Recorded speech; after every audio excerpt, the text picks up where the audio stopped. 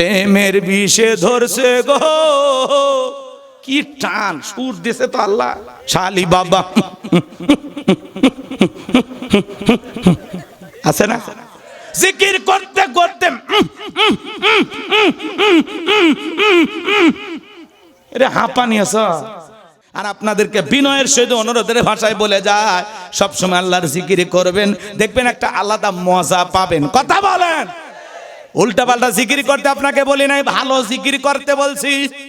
জিকিরের নামে তামাশা করবেন, লুঙ্গি খুলে কাছে তুলবেন, ওই জিকির না। কথা কয় না আছে না কি আউল বাউলের জিকির? কথা কন, কিছু ভণ্ড বের হয়েছে না, জিকিরের নামে তামাশা করে, আছে না? না, জিকির করতে করতে এটা হাঁপানি আছে, এটা জিকির না ফাজলামি? কম তো ভাই, আমাদের তাহিরি ভাই এই দিক দিয়ে ফার্স্ট। হ্যাঁ, প্রেমের বিষে ধরছে গো, কি টান সুর দিছে তো আল্লাহ। জিকির কি, জিকির কি, খালি দেখবেন জিকির করতেছে, ফুলের মালা পড়তেছে, টাকা ছিটাইতেছে, নিচ্ছে আরো জিকির করতে। শালি বাবা আছে না? হাই রে, এক এক দরবারের জিকির কি, জিকির নামে তামাশা। কত ভণ্ড পীর, এমন মাজার আছে দেশে, পীরও নাই, কোন মুরিদও নাই, ওই ভিতরে মানুষ শুতে আছে, তাতেও সন্দেহ। কথা কন, এমনি মাজার বানে গল্প শুরু হয়ে গেছে। এটি বিরাট বড়, ধাম করে একদিন উষ্টা খায়, এটা ইটে বার হয়, ওটি নাকি মাজার হয়ে গেছে। কথা কন, কথা কন। এক পীরের একটা গাধা ছিল আর একটা গাধার বাচ্চা ছিল। কথা কি বুঝতে পারতেছেন? তো মুরিদকে শখ করে ওই পীর খুব ভালোবাসতো, তো ওই গাধার বাচ্চাটা পালার জন্য দিচ্ছে, যা পাল্লে বের দিলাম। তো হঠাৎ করে ওই গাধার বাচ্চা নিয়ে ঘোরাফেরা করতে একদিন রাস্তার বাঁকে বসে আছে। কথা কি বুঝতে পারতেছেন? হঠাৎ করে গাধার বাচ্চাটা মারা গেছে। এবার ওই চিন্তা করলো কি করা যায়, গাধার বাচ্চা মারা গেছে, টেনশনে খুব চিন্তা ভাবনা করতেছে। রাস্তা দিয়ে মানুষ যাচ্ছে আর গাধার বাচ্চা মরে আছে, তো মানুষ মনে করছে অসহায় মানুষ, 10-20 টাকা করে দেওয়া শুরু করছে। তখন আর মাথার মধ্যে খেয়াল করছে, কে রে, গাধা তো মারায় মরে যায়, তো আমার একটা সিস্টেম শিখিয়ে দিয়ে গেল, এই গাধাক যদি মানুষ এইভাবে টাকা দেয় তাহলে কি করা যায়। ও তখন ওই জায়গাটি গর্ত খুঁড়ে পুঁতে রেখে কবর দিয়ে ওই জায়গায় বসেছে। হ্যাঁ, মাজার শুরু হয়ে গেল, দমদমা এলাকার সব মানুষ ওই জায়গায় টাকা দেওয়া শুরু করছে। পীর সাহেবের কান পর্যন্ত খবর চলে গেছে। তখন পীর সাহেব বলতেছে, শুনলাম তোমার নাকি খুব উন্নতি হয়েছে, দৈনিক লক্ষ লক্ষ টাকা তোমার মাজারে ওঠে। তো বাবা, এই মাজার কোন পীরের, কোন কুতুব আল্লাহর শুয়ে আছে, একটু নামটা বলো। হুজুর, কারো কাছে তো বলা যাবে না, আপনি যে গাধার বাচ্চা দিছিলেন। বলে, হ্যাঁ। বলতেছে, ওইটা একটু লালন পালন করছিলাম, হঠাৎ করে রাস্তার ধারে মারা গেছে, দেখি লোকজন টাকা দেওয়া শুরু করছে, না পরে ওই জায়গায় গর্ত খুঁড়ে কবর বানায় পুঁতে রাখছি, মানুষ মাজার মনে করে টাকা দিচ্ছে। আসলে এটা মানুষের মাজার না, ওটা গাধার মাজার। তখন বলতেছে, বাবা, আর একটা গোপন তথ্য আছে, আমার কাছে যে মাজার আছে এটা মাজার না, এটা ওই গাধার মায়ের মাজার। কথা কন, এই দেশে এগুলো পীরের নামে ভণ্ডামি আছে না? কত আউল বাউল আল্লাহকে গালি দেয়, দেখছেন না? আবুল হোসেন সরকার, আর জিহ্বা কাটা দরকার। এই বাউল আউল ফাউল আবুল হোসেনের পক্ষে যারা কথা বলবে ওরাও নাস্তিক। আমার আল্লাহকে গালি দেবে আর আমরা ছেড়ে দেব? কত বড় বড় দলের নেতারা বলতেছে না, বাউলদের উপরে হামলা, এই গ্রেফতারের তীব্র নিন্দা জানায়। আল্লাহ গালি দিয়ে 14 গোষ্ঠী উদ্ধার করতেছে, আর সেই বাউলের পক্ষে নিন্দা প্রতিবাদ জানাও। তোমাদের মতো নেতা এই দেশে প্রয়োজন নাই। কথা বলেন, আল্লাহ গালি দেয় আর সেই বাউলের পক্ষে এরা ছাপাই গায়, এরা নেতা। হ্যাঁ, এনসিপি হোক আর যেই দলেরই হোক, যত বড় নেতাই হোক, ওর টাইম আছে আমাদের কাছে নাকি? আল্লাহকে গালি দেবে, নাস্তিক বেঈমান, আল্লাহর শানে বেয়াদবি করবে। ও বলতেছে আল্লাহর কথা নাকি আগা নাই পাছা নাই। জোরে কন নাউজুবিল্লাহ। এত আউল ফাউল কথা বলেছে, আল্লাহর কখন কি কয় নাকি, আল্লাহর কথারই নাকি ঠিক নাই। আচ্ছা, আল্লাহর যে ভুল ধরে কি মানুষ? হ্যাঁ, ও শয়তানের চাইতে বড়টা। কথা বলেন ঠিক কিনা? এই জন্য আমরা বলতে চাই, এদেশে যারা নবীকে নিয়ে বাজে মন্তব্য করে, এই আউল বাউল ফাউল, এদের চূড়ান্ত বিচার করতে হবে। একটু অপেক্ষা করেন, পরে বলতেছি। কষ্ট হচ্ছে নাকি আপনাদের? এজন্য বাজান গো আমার, এ সমস্ত ভণ্ডদের কাছে যাওয়া যাবে না, কোন আউল বাউলের কাছে যাওয়া যাবে না। মহিলা এক বাউল হাসিনা সরকার ওর নাম, ও বলতেছে মহিলা আমরা যারা বাউল আছি, এরা যদি পুরুষ বাউলের বিছানায় না যায় তাহলে আমাদেরকে গানের শোতে ডাকে না। সুবহানাল্লাহ বলবেন না? এই আউল বাউলের নামে ফাজদামি, নারী পুরুষ একত্রে হয়, নোংরামি হয়, জিকিরের নামে তামাশা হয়, এগুলো ভণ্ডামি। কথা বলেন ঠিক কিনা? এদেশে এই ভণ্ডামি চলতে দেওয়া হবে না। নারী পুরুষ একত্রে হয়ে জিকিরের নামে রং তামাশা করবে, ডুগি তবলা বাজাবে, পর্দা খেলাফ করবে, এই ধরনের নোংরা গান এই দেশে চলতে পারে না। এগুলো আপনাদের এলাকায় হলে একেবারে পিটায় সবগুলো গোষ্ঠী উদ্ধার করে দিবেন। কথা বলেন। গান গাইবি গা, হারাম বলতেছি শুনবি না তো গা। তো আল্লাহরে গালি দেশ কেন? আল্লাহ তোর কি সিমটি কাটছে? হ্যাঁ, আল্লাহ তোর কি ক্ষতি করছে? বেয়াদব সব। আবার বলতেছে আলিফের নোক্তা ছিল, ওই নোক্তা আল্লাহ বার নিচে দিছে। আচ্ছা, আলিফের নোক্তা ছিল জীবনে শুনছেন? তাহলে এগুলো কি ভণ্ডামি না ভাই? কোন এগুলো বললে কি সমাজে ভালো হবে না খারাপ হবে? মানুষের ভিতরে দ্বিধাদ্বন্দ্ব ঢুকবে না? ইসলাম ধর্ম সম্পর্কে বাজে চিন্তা ভাবনা মাথার মধ্যে জাগ্রত হবে না? যে মানে ঠিকই ছিল, আলিফেই নোক্তা ছিল, এটা নাকি বা নিয়ে নিছে। আলিফের নোক্তা ছিল, বারে দিয়ে আলিফ খালি হয়ে গেছে।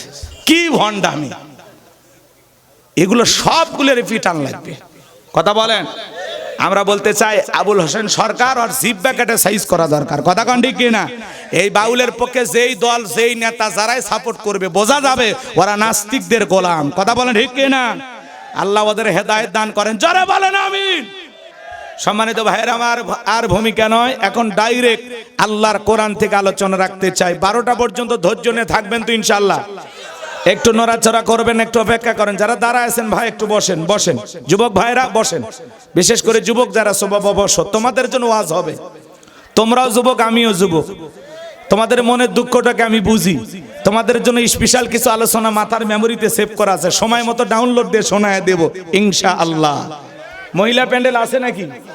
আছে। আমার মা বোনেরা আছে। যে সমস্ত মা বোনেরা আসছেন, মা আপনারা টেনশন করবেন না। বিশেষ করে কিছু মা বোনেরা আছে আঁকা বাঁকা পথে চলে। কথা বলেন। আজকে ওয়াজের মাধ্যমে বেঁকা পথে যে সমস্ত মা বোনেরা চলে, ওয়াজের মাধ্যমে আজকে তাদেরকে সোজা করা হবে। কথা কন ঠিক কিনা? একটু অপেক্ষা করেন। যুবক যারা স্বভাব টেনশন করে না, বসে পড়ো। এই ভাতিজা বসো, বসো, সবাই বসেন, সবাই বসেন। আলোচনা হবে কোরআন থেকে। জোরে বলেন, কোথা থেকে? এ কোরআনের মধ্যে কোনো মিথ্যা আছে? কোনো ধোঁকা আছে? থাকবে কি করে? কিতাবটি নাজিল করেছেন কে? সে আল্লাহ রাব্বুল আলামিন বলেন, যালিকাল কিতাবু লা রাইবা ফি। আমার আল্লাহ রাব্বুল আলামিন বলেন, এটি এমন একটি কিতাব, সেই কিতাবের মধ্যে কোনো সন্দেহ নাই, কোনো সংশয় নাই, কোনো মিথ্যা নাই, কোনো ধোঁকা নাই। There is no doubt. বলুন আল্লাহু আকবার। হুদাল্লিল মুত্তাকিন, মুত্তাকি বান্দাদের জন্য গাইডলাইন হিসাবে, পথ প্রদর্শক হিসাবে আসমান থেকে কিতাবটি নাজিল করেছেন কে? সেই কিতাবের আলোচনা শুনলে লাভ না লস? লাভটাকে আমার আল্লাহ জানায় দিলেন, ওয়া ইযা কুরিয়াল কুরআনু ফাসতামিউ লাহু ওয়া আনসিতু লাআল্লাকুম তুরহামুন। সূরা আরাফ আয়াত নাম্বার 204। আমার আল্লাহ রাব্বুল আলামিন জানিয়ে দিলেন, যারা আমার মুমিন বান্দা, তাদের সামনে যখন কোরআন দিয়ে ওয়াজ করা হয়, কোরআন থেকে উপদেশ দেওয়া হয়, যারা চুপচাপ কোরআনের কথাগুলো শ্রবণ করে, আমার আল্লাহ রাব্বুল আলামিন আসমান থেকে তাদের উপরে আল্লাহর রহমত বৃষ্টির মতো নাজিল করেন। বলুন সুবহানাল্লাহ। এই জায়গায় আল্লাহর রহমত নাজিল হইতেছে, আপনার বিশ্বাস হয় কিনা? এই জায়গায় আল্লাহর রহমত নাজিল হইতেছে। এজন্য বাজান, কোরআনের কথাগুলো শুনলে আমাদের জন্য লাভ না ক্ষতি? ওয়াযাক্কির ফাইন্নায যিকরা তানফাউল মুমিনিন। সূরা জারিয়ার 55 নাম্বার আয়াত। আল্লাহ ডেকে বলেন, যারা আমার মুমিন বান্দা, তাদের সামনে যখন কোরআন দেওয়াজ করা হয়, কোরআন থেকে উপদেশ দেওয়া হয়, এই কথাগুলো শোনার পরে আমার মুমিন বান্দাদের উপকারে আসবে। বলুন সুবহানাল্লাহ। তাহলে কোরআনের কথা শোনার জন্য আপনারা আসছেন তো ইনশাআল্লাহ। কারা কারা রাত 12টা পর্যন্ত থাকবেন না তারা হাত তোলেন, আর যারা থাকবেন 2 হাত তুলে একবার শুধু বলেন ইনশাআল্লাহ। আর একটু জোরে বলেন ইনশাআল্লাহ। হাত নামান, আল্লাহ কবুল করেন। জোরে বলেন আমিন। হাত নামান। আমার ভাইয়েরা, আমি আপনাদের সামনে পবিত্র কোরআনুল কারীমের 108 নম্বর সূরা, সূরাটির নাম কাউসার। জোরে বলেন কি নাম? অনেকে ভাবতেছেন হুজুর এই সূরা দিয়ে আলোচনা করবেন। আগে যদি জানতাম এই ভাঙ্গা রাস্তায় অটো ভাড়া দিয়ে কষ্ট করিয়া মোটরসাইকেলের তেল পুরে আপনার মাহফিলে আসতাম না, এরকম কি ভাবতেছেন? আচ্ছা বলেন তো বাজান, পরিচিত পথে পথ চলা সহজ না কঠিন? ভাই একটু কথা বলা লাগবে, না হলে কিন্তু ওয়াজ জমবে না। শ্রোতারা যদি বক্তার সাথে একটু কথার তাল না মিলায় আলোচনা জমানো যাবে না। আমি করব ওয়াজ, আপনারা দেবেন আওয়াজ, জবাব দিবেন ঠিক ঠিক, আলোচনা হবে কমপ্লিট। শ্রোতাদের স্পিরিটে বারে, বক্তার হিট, আলোচনা হবে জায়গা মতো ফিট। বলেন পরিচিত পথে পথ চলা সহজ না কঠিন? পরিচিত মানুষের সাথে কথা বলে ভালো লাগে না খারাপ লাগে? পরিচিত পথে পথ চলা যেমন সহজ হয়, পরিচিত মানুষের সাথে কথা বলে যেমন ভালো লাগে। বক্তা যদি পরিচিত আয়াত বা সূরা থেকে আলোচনা করে সেইটা শুনে আরো বেশি ভালো লাগে, কারণ যেই জিনিস যত বেশি শুনবেন তাতে চর্চা কমে না বাড়ে? চর্চা কমে না বাড়ে? কথায় আছে এক একটা ফুলের এক একটা সুঘ্রাণ। সূরা কাউসারের তাফসীর আপনারা যেভাবে জানেন হয়তোবা আমি সেভাবে জানি না। আজকে আমি যেভাবে বলবো হয়তোবা আপনারা সেভাবে শোনেন না। এজন্য একটু অপেক্ষা করেন, আলোচনা শুরু করি, মজা লাগবে। মনটা যদি আবু বকরের মতো নরম হয়, কোরআন শুনলে ঈমানটা বৃদ্ধি পাবে। সুবহানাল্লাহ বলবেন না? কষ্ট হচ্ছে আপনাদের? তো চলুন আমরা আলোচনা শুরু করি। জবান ছেড়ে সবাই একটু আমার সঙ্গে তেলাওয়াত করুন। আউযু বিল্লাহি মিনাশ শাইতানির রাজিম। বিসমিল্লাহির রাহমানির রহিম। বিতাড়িত মুর্দার শয়তানের কাছ থেকে আল্লাহ পাকের কাছে আশ্রয় প্রার্থনা চাচ্ছি। পরম করুণাময় সিমদালু আল্লাহ তাআলা নামে শুরু করছি। সবার মুখস্থ আছে না? কণ্ঠ উজাড় করে আমার সঙ্গে তেলাওয়াত করুন। ইন্না আ'তাইনাকাল কাউসার ফাসাল্লি লিরাব্বিকা ওয়ানহার ইন্না শানিয়াকা হুয়াল আবতার। আল্লাহু আকবার। যে কোনো আয়াত বা সূরার তাফসীর করতে হলে কোন প্রেক্ষাপটে কোন সময় আল্লাহ তাআলা সেই আয়াতটি বা সূরাটি নাজিল করেছেন, সেই নাজিলের প্রেক্ষাপট জানার দরকার আছে না নাই? আরবিতে বলা হয় শানি নজুল। যদি শানি নজুল আলোচনা করা হয় তাহলে তাফসীর বুঝতে সহজ হয়। তাহলে আল্লাহ তাআলা তার হাবিবের উপরে কোন প্রেক্ষাপটে কোন সময় এই সূরাটি নাজিল করেছেন, সেই নাজিলের প্রেক্ষাপট একটু জানার দরকার আছে না নাই? আমি কি বলবো? একটু তাকবীর দেন, লিল্লাহি তাকবীর। সম্মানিত ভাইয়েরা আমার, বিশ্ব নবীর প্রিয় স্বামী হযরত আনাস রাদিয়াল্লাহু তাআলা আনহু বলেন, নবীজি কাবার হাতিমে হেলান দিয়া বসা। আমি তাকায় দেখি নবীজির মনটা ভীষণ খারাপ, মুখটা মলিন, চোখের কোনা দিয়া অশ্রু ঝরতেছে। হযরত আনাস দেখে বলেন, কিছুটা সময় অতিবাহিত হয়ে যাওয়ার পরে আমি তাকায় দেখি আমার নবীজি চোখের পানি ছেড়ে দিয়ে কান্না করতেছেন। কিছুটা সময় অতিবাহিত হয়ে যাওয়ার পরে আমি তাকায় দেখি আমার নবীজি মুস্কি মুস্কি হাসতেছেন। বলুন সুবহানাল্লাহ। হযরতে আনাস দেখে বলেন, নবী গো, এই মাত্র দেখলাম মুখটা মলিন, মনটা খারাপ, চোখের পানি পড়ে উঠতেছে, আবার কেনই বা আপনি মুস্কি মুস্কি হাসতেছেন? আমার নবী কেন কাঁদেন, কেন হাসেন? এর পেছনে রহস্য আছে না নাই? নবীজির কান্না করার কারণ হলো নবীজির কলিজার টুকরা ছেলে সন্তানগুলো জন্ম নেয়, আর একে একে ছেলে সন্তানগুলো মারা যায়। আবুল কাসেম মারা যায়, আবু তাকের মারা যায়, ইব্রাহিম মারা যায়। বাবা হিসাবে নবীর মনে কষ্ট লাগে কি না? আল্লাহ না করুক আপনার আমার সন্তান যদি মারা যায়, আপনি কষ্ট পাবেন না? রসুলের ছেলেগুলো জন্ম নেয় আর একে একে মারা যায়। নবীজির কাছের চাচা নাম হলো আবু লাহাব, ডেকে বলে, ভাতিজা, তোমার বংশে ভাতিজার কেউ থাকলো না, তুমি একটা লেজ কাটা, তুমি একটা নির্বংশ, তুমি একটা হাত খুঁড়ে। জোরে কন্যা ওযুবিল্লাহ। যদিও রসুলের চারটি কন্যা সন্তান জীবিত ছিল, কিন্তু ছেলেগুলো জন্ম নেয় আর একে একে মারা যায়। আমার ভাইয়েরা, এই পৃথিবীর জমিনে অনেক নবী রাসূলকে আল্লাহ তাআলা সন্তান দান করেছিলেন। তাদের সন্তানগুলো প্রাপ্ত বয়স হওয়ার পর্যন্ত, যৌবন পর্যন্ত পৃথিবীর জমিনে জীবিত ছিল, কিন্তু নবীজির একটা ছেলে সন্তানও কেন প্রাপ্ত বয়স হওয়া পর্যন্ত, কেন যৌবন পর্যন্ত পৃথিবীর জমিনে জীবিত থাকলো না? আল্লাহ তাআলা কেন শিশুকালে উঠায় নিলেন? এর পিছনে কারণ আছে না নাই? নবীজির ছেলে সন্তানগুলো কেন শিশুকালে বিদায় নিল? আল্লাহ তাআলা কেন শিশুকালে উঠায় নিলেন? এর পিছনে কারণ আছে তিনটি। জোরে বলেন কয়টি? নবীর উম্মত হিসেবে জানতে মনে চায় না রসুলের ছেলেগুলো কেন জীবিত থাকলো না? আল্লাহ কেন তাদেরকে শিশুকালে উঠায় নিলেন? এর পিছনে কি সেই তিনটি রহস্য, কি সেই তিনটি কারণ? কারা কারা শুনবেন হাত তুলে তুলে আল্লাহকে দেখান। লিল্লাহি তাকবীর। হাত নামান আমার ভাইয়েরা। সেই তিনটি কারণ যদি আমি বলতে চাই, 3 নাম্বার আয়াতের আলোচনা করা লাগবে। আমি কি 1 নাম্বার আয়াত বাদ দিয়ে 3 নাম্বারে যাব, নাকি আস্তে আস্তে শুরু করা যায়? ধৈর্য আছে তো ভাই, নাকি বলেন? ধৈর্য আছে তো আমার ভাইয়েরা? গভীর মনোযোগ দিয়ে কথাগুলো শুনে যাবেন বাজান। একে তো সন্তান হারানোর ব্যথা, অন্যদিকে আপন মানুষদের সমালোচনা। আপন চাচা হয় কি কয়? লেস কাটা, নির্বংশ, হাত খুঁড়ে, তোর বংশে বাতি জ্বালানো কেউ থাকলো না। আচ্ছা বলেন তো, আপন মানুষদের উচিত কি? বিপদের দিনে সান্ত্বনা দেওয়া। কথা বলেন, কি দেওয়া? আপনার আমার সন্তান যদি মারা যায়, কাছের আত্মীয় স্বজন আসবে, বিপদের দিনে সান্ত্বনা দেয়, বাবা তুমি সবর করো, ধৈর্য ধারণ করো, জীবন মৃত্যুর মালিক আল্লাহ। কত মানুষের সন্তান এভাবে বিদায় নেয়, তোমারটা ওইভাবে গেছে, আল্লাহ তোমার পরীক্ষা নিচ্ছে, বাবা তুমি একটু সবর করো। এই সন্তানদের সাথে কিয়ামতের ময়দানে সাক্ষাৎ হবে, বাবা একটু সবর করো, ধৈর্য ধারণ করো। আল্লাহ যদি চায় বছর না ঘুরতে আবারও তোমাদের ঘর আলোকিত করে সন্তান দিতে পারেন, তিনি কে? তার মানে বিপদের দিনে কাছের মানুষদের উচিত একটু সান্ত্বনা দেওয়া।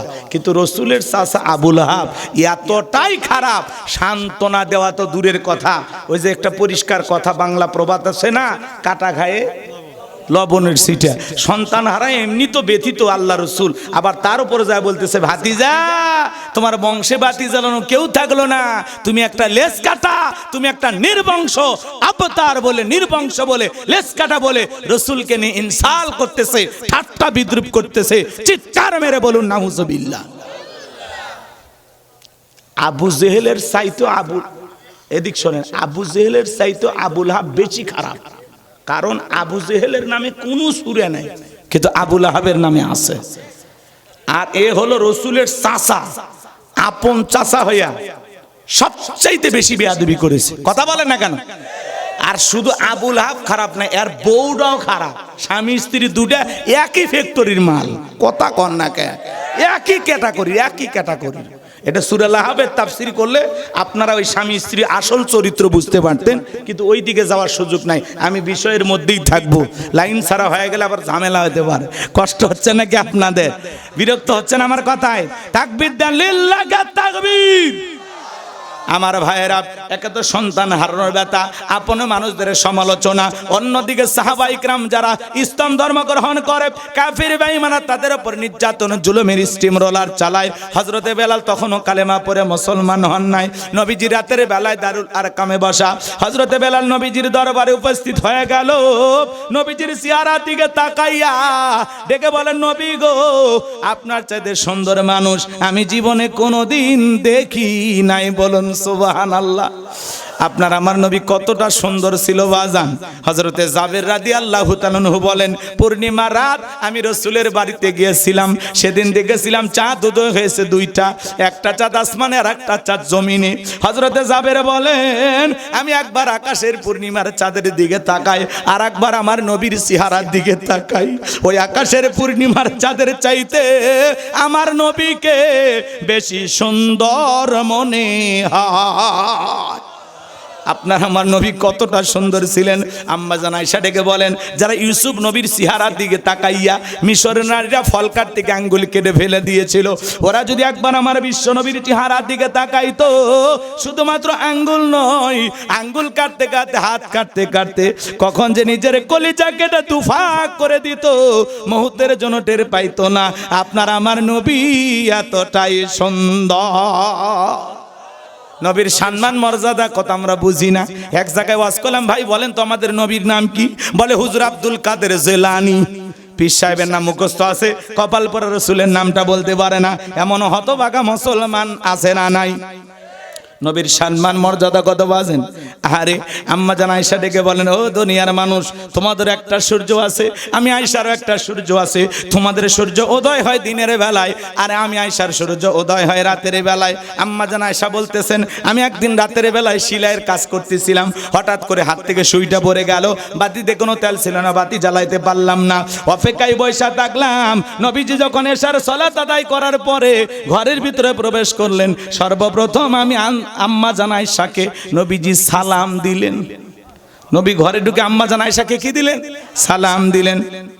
আপনি আমি নবীর উম্মত হিসাবে এই আমল আপনার আমার ঘরেও চালু থাকার দরকার আছে না নাই? কথা বোঝেন নাই? নবী ঘরে ঢুকে স্ত্রীদেরকে সালাম দিতেন। তাহলে আপনি যখন বাড়িতে প্রবেশ করবেন, আপনার স্ত্রী মানে আপনারা যদি আমার শ্বশুর হন, শাশুড়িকে সালাম দিবেন। যুবক যারা আছো তোমরা যদি শালা হও, তাহলে আমার কথা কয় না কেন, শালার বউ তারে সালাম দিবা। রাগ করতেছেন আপনারা? বাড়িতে যা বউকে সুন্দর করে সালাম দিতে হবে।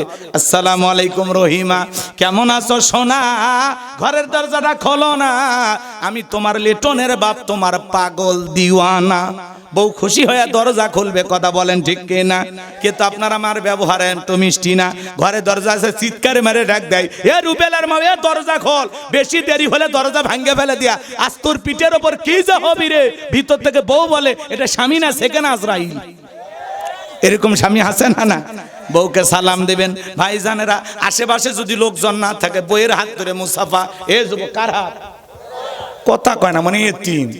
কার হাত? বইয়ের হাত। পাশের বাড়ির ভাবির হাত না, ধরলে ঝাঁটা দিয়ে পিটাবে। নিজের বউকে দেখে সালাম বের হয় না, পাশের বাড়ির ভাবিকে দেখলে কি কায়দায় মিষ্টি সুরে সালাম, সালাম আলাইকুম ভাবি।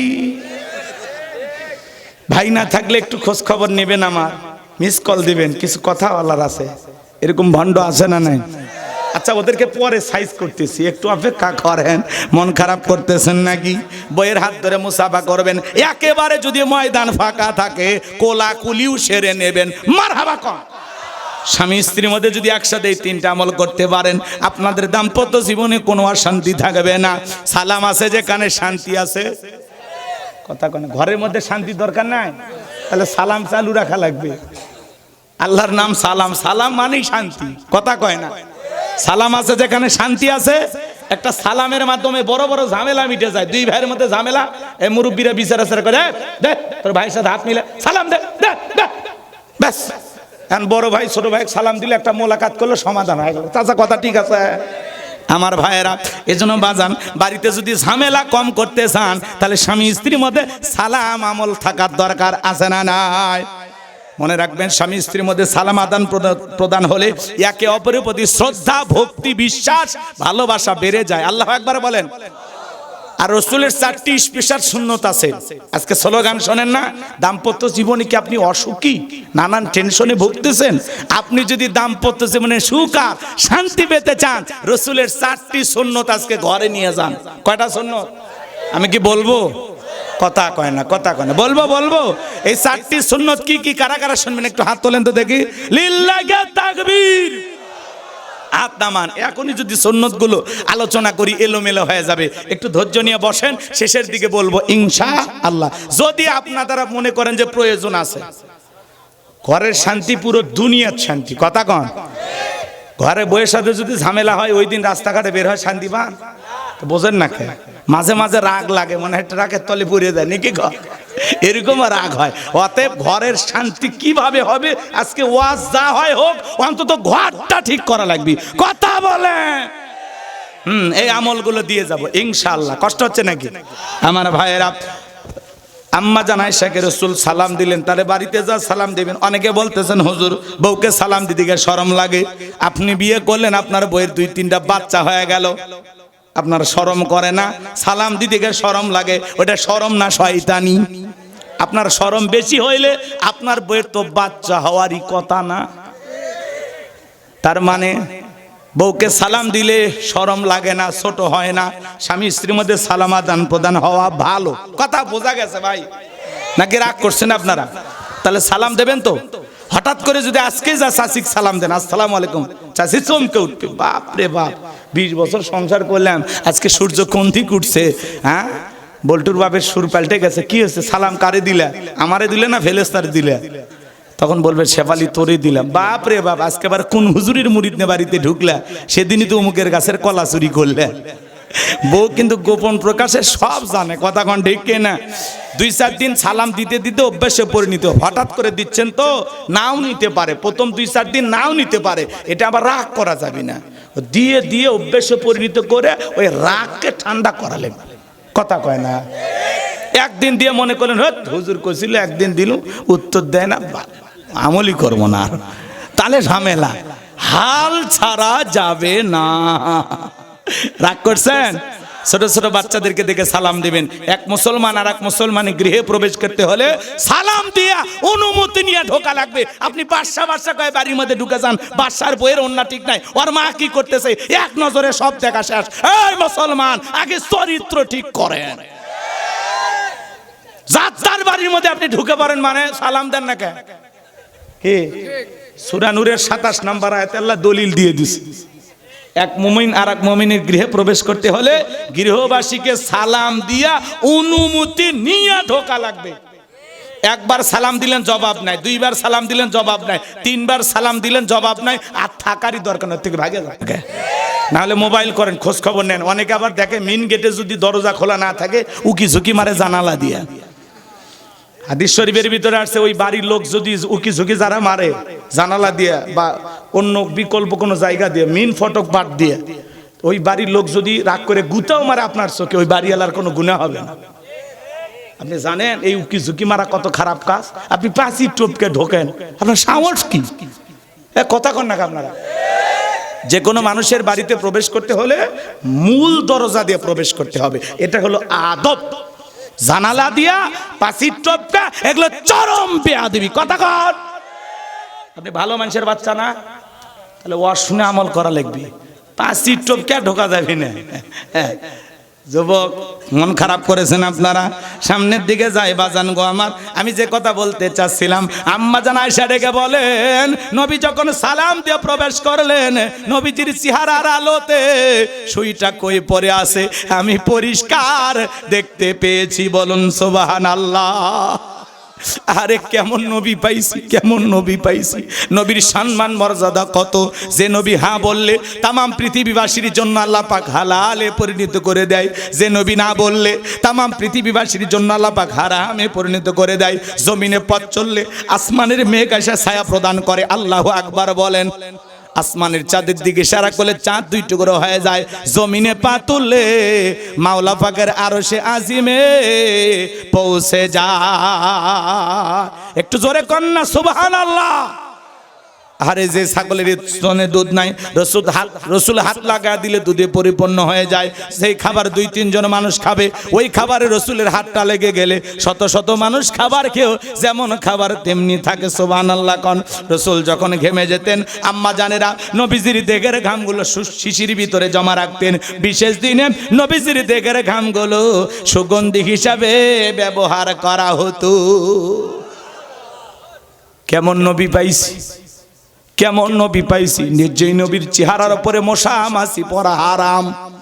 নবীজি ওযু করলে নবীজির ওযুর পানি দিয়া সুগন্ধি পাওয়া যাইতো। বলুন সুবহানাল্লাহ। সেই নবীর কাছে বেলাল, কথা মনে আছে না নাই? বেলাল ডেকে বলে, নবী গো, আপনি কালেমার দাওয়াত দেন, ইসলামের প্রচার প্রসার করেন, দয়া করে আমারে কালেমা পড়ে মুসলমান বানায় দেন।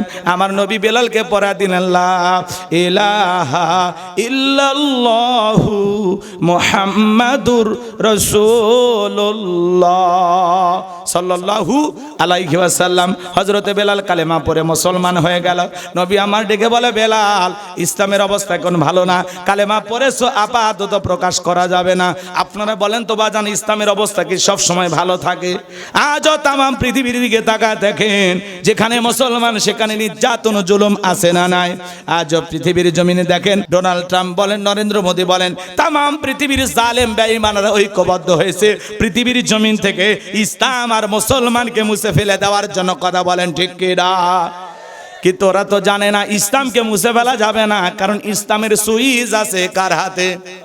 আমার আল্লাহ বলেন ইউরিদুনা লিতুফিউ নূরাল্লাহি বিআফওয়াহিহিম ওয়াল্লাহু মুতিম্মু নূরিহি ওয়ালাউ কারিহাল কাফিরুন। সূরা সফের 8 নম্বর আয়াত আল্লাহ রাব্বুল আলামিন জানিয়ে দিলেন কাফেরা চাই মুখের ফুৎকারে দিনের আলোকে ইসলামের আলোকে কোরআনের আলোকে নিভায়া দিতে। আমার আল্লাহ রেগে বলেন আল্লাহু মুতিম্মু নূরিহি, এই জমিনে দিনের আলোকে কোরআনের আলোকে ইসলামের আলোকে আমি আল্লাহ রাব্বুল আলামিন প্রতিষ্ঠিত করেই ছাড়ব। যদিও কাফের বেঈমানদের অন্তরে যত ধরনের জ্বালা যন্ত্রণা হোক না কেন বলুন আল্লাহু আকবার। ইসলাম আছে থাকবে, কথা বলেন। ইসলাম ছিল, ইসলাম আছে, ইসলাম থাকবে। ইসলামকে থামিয়ে দিতে আসবে যারা, তাদের জীবনটাকে থামিয়ে দেবেন তিনি কে? নবী আমার ডেকে বলে বেলাল ইসলামের অবস্থা এখন ভালো না, কালেমা পড়ে আপাতত প্রকাশ করা যাবে না। বেলাল ডেকে বলে নবী আমার জীবনের কোনো দাম নাই। আমার মনে মায়েকে বলেছিলাম উর্দুম্বা ছাগল পেশাব পায়খানা করে দেয়, এই ঘরে থাকতে আমার বড় কষ্ট হয়। ওমায় ডেকে বলে বেলাল রে, উর্দুম্বা ছাগলের দাম আমার কাছে আছে, কিন্তু তোর মতো কালো হাফসি বেলালের দাম আমার কাছে নাই। ও নবী আপনি শুধু আমাকে দোয়া করে দেন মৃত্যু পর্যন্ত যেন কালেমার পথে টিকে থাকতে পারি।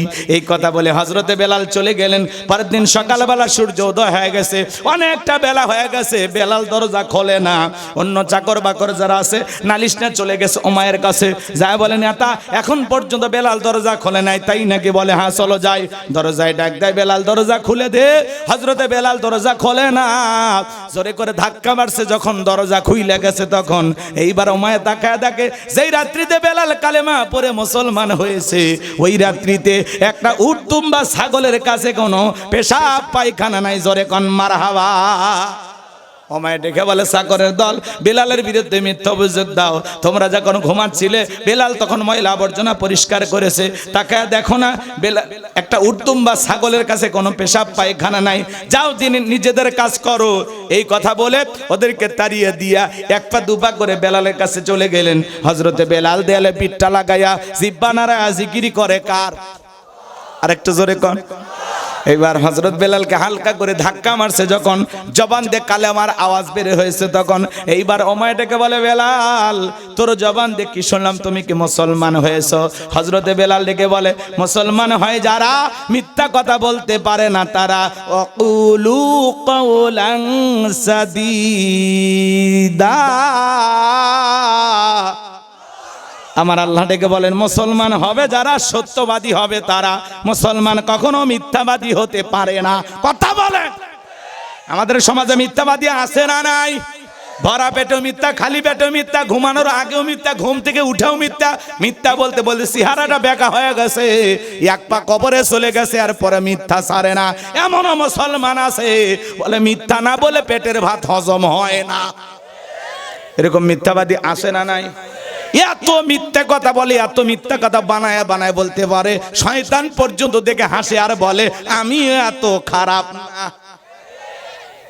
হেলিকপ্টার দিয়ে পানি দিয়েছিলাম, পরে ভিডিও প্রকাশ হলো হেলিকপ্টার দিয়ে পানি নয়, হেলিকপ্টার থেকে জনগণের বুকে গুলি ছোড়া হয়েছিল।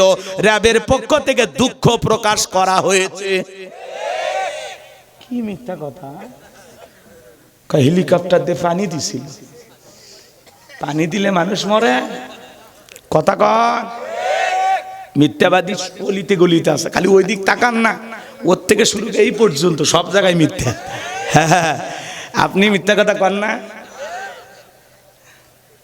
মিথ্যা বলা যাবে না, জবানটাকে সবসময় পবিত্র রাখবেন, সত্য কথা বলবেন, সত্যবাদী হওয়ার চেষ্টা করবেন। জবান দিয়ে কখনো মিথ্যা কথা বলবেন না। মিথ্যা বললে আপনার জীবনের অনেক সমস্যা আর জটিল আকার ধারণ করবে, কথা বলেন না কেন? মিথ্যাতে আপনার বরকত নষ্ট হয়ে যাবে। মিথ্যা বলবেন না, জবানটাকে পবিত্র রাখবেন, সবসময় সত্য বলবেন। আলহামদুলিল্লাহ, পারবো তো ইনশাআল্লাহ। তাহলে আমরা হব সত্যবাদী না মিথ্যাবাদী? জোরে বলেন। আমার ভাইয়েরা হৃদয়ের কান পেতে কথাগুলো শুনে যায়, হৃদয়ের কান পেতে কথাগুলো শুনে যান, সামনে গেলে মজা পাবেন। যে কথা বলতে যাচ্ছিলাম বাজান গভীর মনোযোগ দিয়ে শুনে যান। এই বাহার ওমায় ডেকে বলে বেলাল তোরে আমি উটদুম বা ছাগলের মালিক বানায় দেব, থাকার জন্য ভালো ঘরের ব্যবস্থা করে দেব বেলাল। এখনো সময় আছে। আব্দুল্লাহর বেটা মুহাম্মদ সাল্লাল্লাহু আলাইহি সাল্লামের কালেমা ছেড়ে দিয়া বাপ দাদার ধর্মে ফিরে আয়।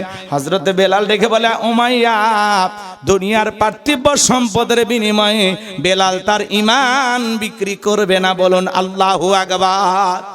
এই কথা শোনার পরে উমাইয়া ডেকে বলে, বেলাল, আমার কথা না শুনলে বড় নেতা আবু জেহেলকে খবর দেব। হযরতে বেলাল ডেকে বলে, কোন বড় নেতা ছোট নেতা কোন কাউকে গোনার টাইম নাই। আমি দুনিয়ার কোন আবু জেহেলকে ভয় করি না, আমি ভয় করি আমার আল্লাহকে। আল্লাহু আকবার। দেখেন বাজান, সাহাবা ইকরামদের উপরে ঈমানের কেমন পরীক্ষা আসছিল। এইবার উমাইয়া দৌড়ে চলে গেল আবু জেহেলের বাড়িতে, যা বলে, নেতা, সংবাদ খুব খারাপ, আমার বাড়ির কৃতদাস বেলাল কালেমা পড়ে মুসলমান হয়েছে। তাই নাকি? বলে, হ্যাঁ। ঠিক আছে, যাও, আমি আসতেছি। আবু জেহেলের কিছু সাঙ্গ পাঙ্গ ক্যাডার মাস্তান ছিল, যাদের কাজই হলো মুসলমানদের উপর নির্যাতন জুলুম চালানো। আজও জালেমদের বিশেষ একটা বাহিনী থাকে, যাদের কাজই হলো টুপিওয়ালা দাড়িওয়ালা ইমানদারদেরকে টার্গেট করে করে হত্যা করা। আবু জেহেল কত বড় খারাপ জানেন? হযরতে আম্মার তার মাকে নিয়ে রাস্তা হেঁটে যাচ্ছেন, আবু জেহেলের সাথে সাক্ষাৎ হয়ে গেল। আবু জেহেল ডেকে বলে, আম্মার, শুনলাম তুমি আর তোমার পরিবারের লোকজন নাকি মুসলমান হয়েছো, তোমার মাও নাকি মুসলমান হয়েছে। হযরতে আম্মার রাদিয়াল্লাহু তাআলা ডেকে বলতেছেন, হ্যাঁ, আমি আমার মা কালেমা পড়ে মুসলমান হয়েছি। তাই নাকি? বলে, হ্যাঁ। এর শাস্তি কত ভয়ঙ্কর হতে পারে জানিস? বলে, না। তখন বলতেছে, এইবার তোদের কালেমা পড়ার মজা বুঝাবো। এই কথা বলে আবু জেহেল হযরতে আম্মার রাদিয়াল্লাহু তাআলা আনহু এবং তার মা সুমাইয়া রাদিয়াল্লাহু তাআলা আনহুকে ধরে নিয়ে গেলেন ফাঁকা একটা ময়দানের মধ্যে, দুইজনকে দুই খুঁটির সাথে বাঁধলেন। এইবার দেখে বলতেছে, আম্মার, এই ভরা মজলিসে যদি একটা খেলা দেখায় কেমন হবে বল? আম্মার বলে, আবু জেহেল, কি খেলা দেখাবি? বলে, তোর চোখের সামনে যদি আমি তোর মাকে উলঙ্গ করি কেমন হবে বল? আম্মার মাথাটা নিচু করলেন। হযরতে সুমাইয়া কলিজার টুকরা সন্তান আম্মারকে ডেকে বলে, আম্মা, বেঈমানদের কথায় কখনো ঈমান ছাড়বি না।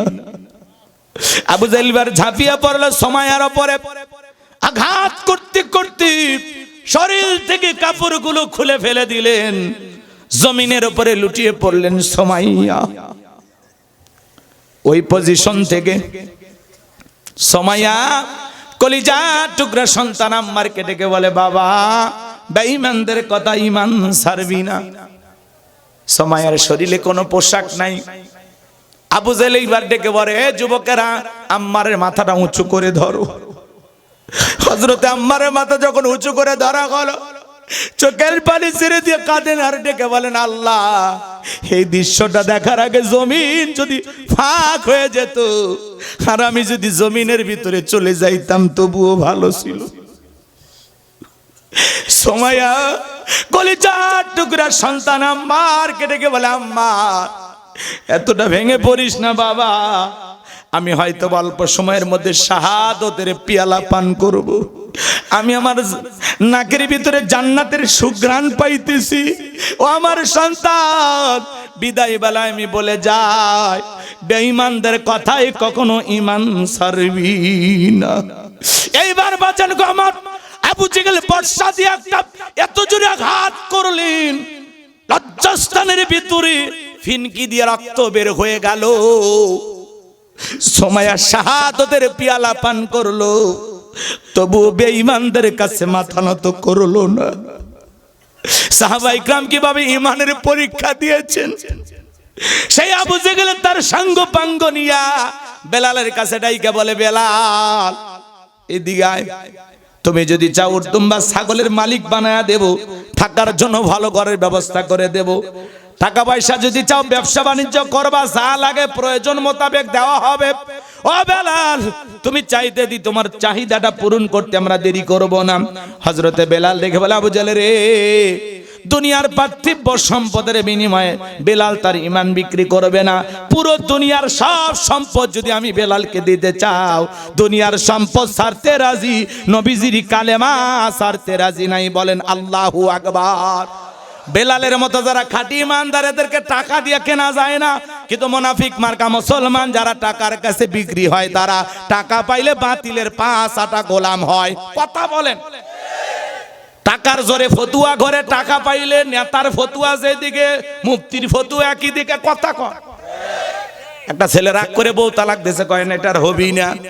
বলে হুজুর দুটো বাচ্চা আছে, একটা কিছু দেখে হাতের মধ্যে যখন 5,000 10,000 দিয়ে দিছে মুফতি সাহেব, তখন বলে এটা তো প্রথম তালাক না। আর দেখি তো কিছু করা যায় নাকি, 5 মিনিট বসে ওই যে হাতের মধ্যে গুছিয়ে দিছে। 10-20,000 টাকা পায় মুফতি সাহেব ফতুয়া পাল্টে দেয়।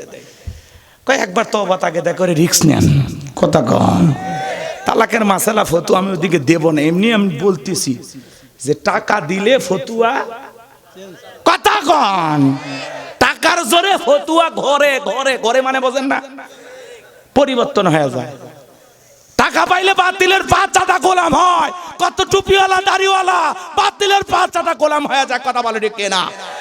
এক প্যাকেট বিরিয়ানি পাইলে কয় ম্যাডাম আপনি জান্নাতি। একটু দলীয় সুযোগ সুবিধা পাওয়ার জন্য আমার মতো কত হুজুর যায়া নেতার পায়ে সিজদা করতেছে, খালি দুনিয়ার সুযোগ সুবিধা পাওয়ার জন্য। হুজুর হুজুর। কথা কর। নাম বলার দরকার আছে? নাম বললে চাকরি বলার দরকার নাই। আমার ভাইরা গভীর মনোযোগ দিয়ে কথাগুলো শুনে যান। এইবার আবু জেহেল ডেকে বলে, বেলাল এত বড় লোভনীয় প্রস্তাব দিলাম, রাজি হইলা না। সোজা আঙ্গুলে ঘিউ না উঠলে আঙ্গুলে একটু বাঁকা করা লাগবে। এই কথা বলে যুবকদের লেলে দিলে চাবুক দিয়ে পিটাও। ইসলামের প্রথম মুয়াজ্জিন বেলাল, কৃতদাসদের মধ্য যিনি সর্বপ্রথম কালেমা পড়ে মুসলমান হয়েছেন, সেই বেলালের উপর নির্যাতন শুরু হয়ে গেল। চাবুক দিয়ে পিটাইতে পিটাইতে কালো চামড়া গুলো ফেটে রক্ত ঝরা শুরু হয়ে গেল। আবু জেহেল রেগে বলে, বেলাল রে, চাবুক দিয়ে মারতে মারতে কালো চামড়া গুলো ফেটে রক্ত ঝরতেছে, তবু কি নবী মুহাম্মাদের কালেমা ছাড়বি না? হযরত বেলাল রেগে বলে, আবু জেহেল মারতে মারতে যদি মেরেও ফেলে দাও, জীবনটা দিতে রাজি, নবীজির কালেমা ছাড়তে রাজি নাই। বলেন সুবহানাল্লাহ। এরা যত জোরে চাবুক মারে বেলাল তত জোরে কালেমা পড়ে। আবু জেহেল ডেকে বলে, এ যুবকের দল, বেলালের পায়ের রশি লাগাও, উঠের পায়ের সঙ্গে বাঁধো। আরবের উত্তপ্ত গরম বালিতে ছেঁচড়াইয়া ছেঁচড়ানে ঘোরা হলো। বাবলা গাছের কাটাগুলো জিব্বার ভিতরে পেরেকের মতো মারা গেল। বিকেল বেলা নিয়ে এসে বলে, বেলাল চাবুক দিয়ে পিটাইলাম, পায়ে রশি লাগাই নিয়ে ঘুরলাম রে বেলাল, তবুও কি নবী মুহাম্মাদের কালেমা ছাড়বি না? হযরতে বেলাল ডেকে বলে, আবু জেহেল রে, মারতে মারতে যদি মেরেও ফেলে দাও, বেলালের নিঃশ্বাস থাকবে যতদিন, বেলাল ইসলামের পথে টিকে থাকবে ততদিন। এইবার আবু জেহেল ডেকে বলে, এ যুবকের দল, বড় একটা পাথর নিয়ে এসে বেলালের বুকের উপরে চাপায়া দাও। বিশাল বড় একটা পাথর নিয়ে এসে হযরতে বেলালের বুকের উপরে চাপায়া দেওয়া হলো। আবু জেহেল মনে করলো পাথরে চাপার আঘাতে বেলাল মারা যাবে, এই কথা ভেবে কাফেররা চলে গেল। হযরতে বেলাল হাত বাঁধা পা বাঁধা, বুকের উপরে বিশাল বড় পাথর আর রক্তাক্ত জিহ্বাটি নিয়া চোখের পানি ছেড়ে দেয়া কাঁদে আর জিহ্বা নাড়ায়া তবুও জিকিরি করে কা। হে বগুড়ার শেরপুরের খানপুরের মুসলমান ভাইয়েরা, আপনাকে জিকির করার জন্য কেউ মারে না, পেটে না ধমক দেয় না, বেলালের মতো কেউ চাবুক মারে না, মরুভূমির গরম বালিতে ছেঁচড়াইয়া নিয়ে ঘরে না, তবু আমরা কপাল পরা হতভাগা, এত শান্তিতে থাকার পরে আল্লাহর জিকির আমরা করি না। হাদিস শরীফের ভিতরে আসছে বাজান, যার জিহ্বাটা আল্লাহর জিকিরে তরু তাজা থাকবে, আল্লাহর জিকিরে ভিজা থাকবে, ওই জিহ্বাওয়ালা মানুষ কোনোদিন জাহান্নামের আগুনে জ্বলবে না। বলুন সুবহানাল্লাহ। নবীর এক সহজ সরল সাহাবী ডেকে বলেন, নবী এমন কোন সহজ আমল আছে যে আমলটা করলে জান্নাতে যাওয়া যাবে?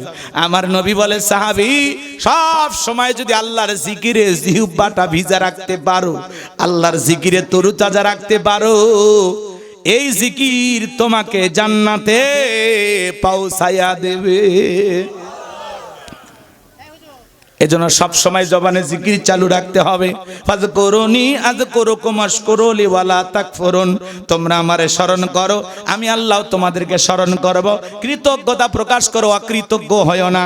এজন্য বাজান জিকির করার জন্য আলাদা সময় লাগে না। ব্যবসা বাণিজ্য করতে করতে জিকির করা যায়, অফিস আদালতে বসে বসে জিকির করা যায়, মাঠে কাজ করতে করতে আল্লাহর জিকির করা যায়, রিকশা ভ্যান চালাতে চালাতে আল্লাহর জিকির করা যায়, রাস্তাতে হেঁটে যাচ্ছেন আল্লাহর জিকির করবেন। সুবহানাল্লাহ, আলহামদুলিল্লাহ, লা ইলাহা ইল্লাল্লাহ, আল্লাহু আকবার, সুবহানাল্লাহি ওয়া বিহামদিহি, সুবহানাল্লাহিল আযীম। সব সময় জবানে জিকির চালু রাখতে হবে। কার? মা বোন যারা আবার শুনতেছেন, মাসে আপনারা কয়েকদিন অসুস্থ থাকেন, ওই সময় আপনারা নামাজ পড়তে পারবেন না, কিন্তু জিকির করতে কোনো বাধা নাই। কথা কয় না? মা বোন যারা আবার শুনতেছেন, যে কয়েকদিন আপনারা অসুস্থ থাকবেন, ওই কয়েকদিন শুধু জিকির করে সময় কাটায় দিবেন, এরপরও জিকির চালুই রাখবেন। হযরতে বেলাল রক্তাক্ত পানিয়া চোখের পানি ছেড়ে দিয়ে আল্লাহর কাছে কেঁদে বলেন, আল্লাহ তুমি তো সেই আল্লাহ, ইব্রাহিমের জন্য যদি নমরুদের আগুনকে ফুলের বাগান বানায় দিতে পারো, ও আল্লাহ তুমি কি পারো না বেলালের বুকের পাথরটাকে তুলার মতো নরম বানায় দিতে? ও আল্লাহ, বুকের উপরে পাথর থাকার কারণে তোমার মতো মালিকের জিকির করতে বড় কষ্ট হয়। ও আল্লাহ তুমি কি পারো না বেলালের বুকের পাথরটাকে তুলার মতো নরম বানায় দিতে? হযরতে বেলাল দোয়া করতে দেরি, আসমানের মালিক আল্লাহ দোয়া কবুল করতে দেরি করে নাই।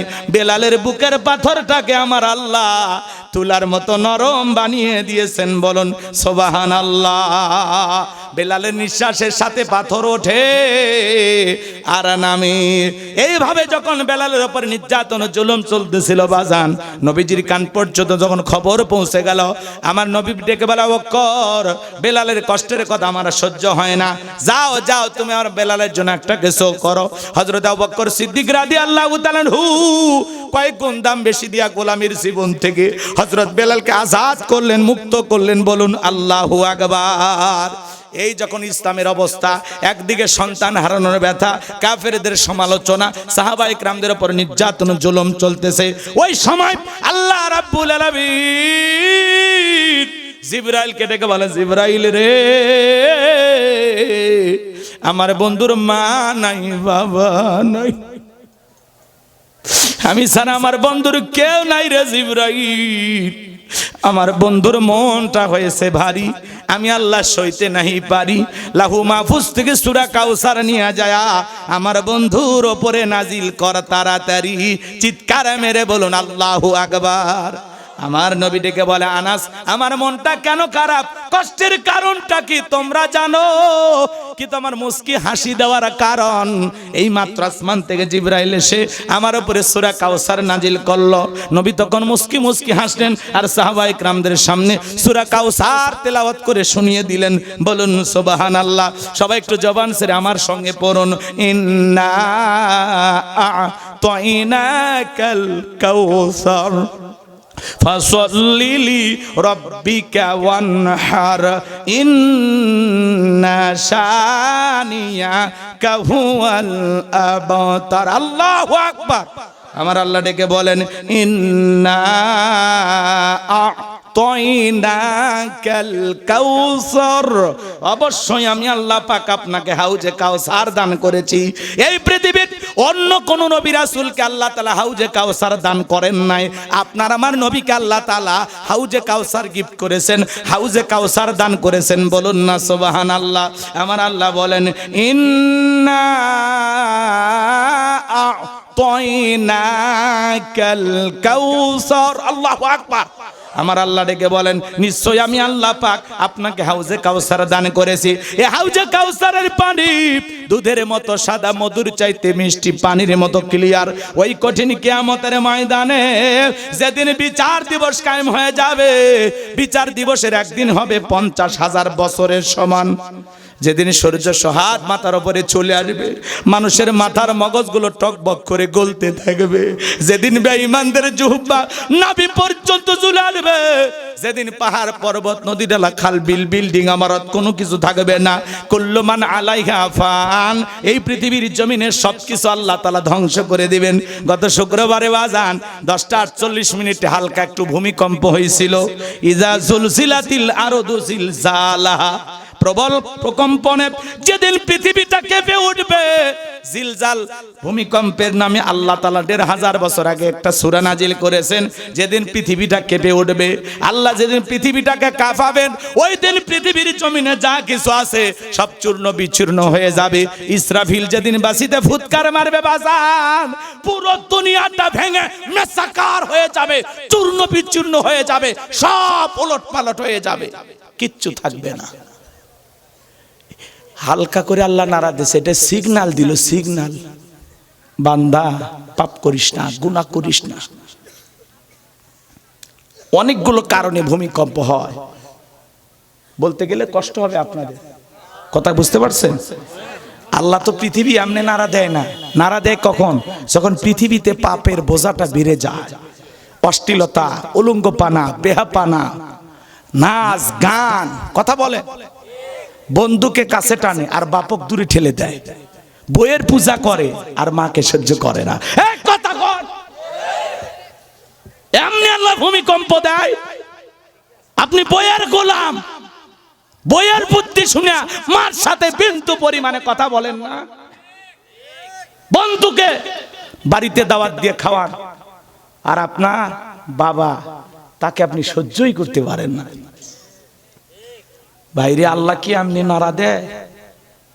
হাদিস শরীফের ভিতরে আসছে 15টি কারণে ভূমিকম্প হয়। কয়টি কারণ? এগুলো যেগুলো বলতেছে এগুলো তার মধ্যে আছে, সুযোগ নাই তো একটা একটা করে কখন বলবো।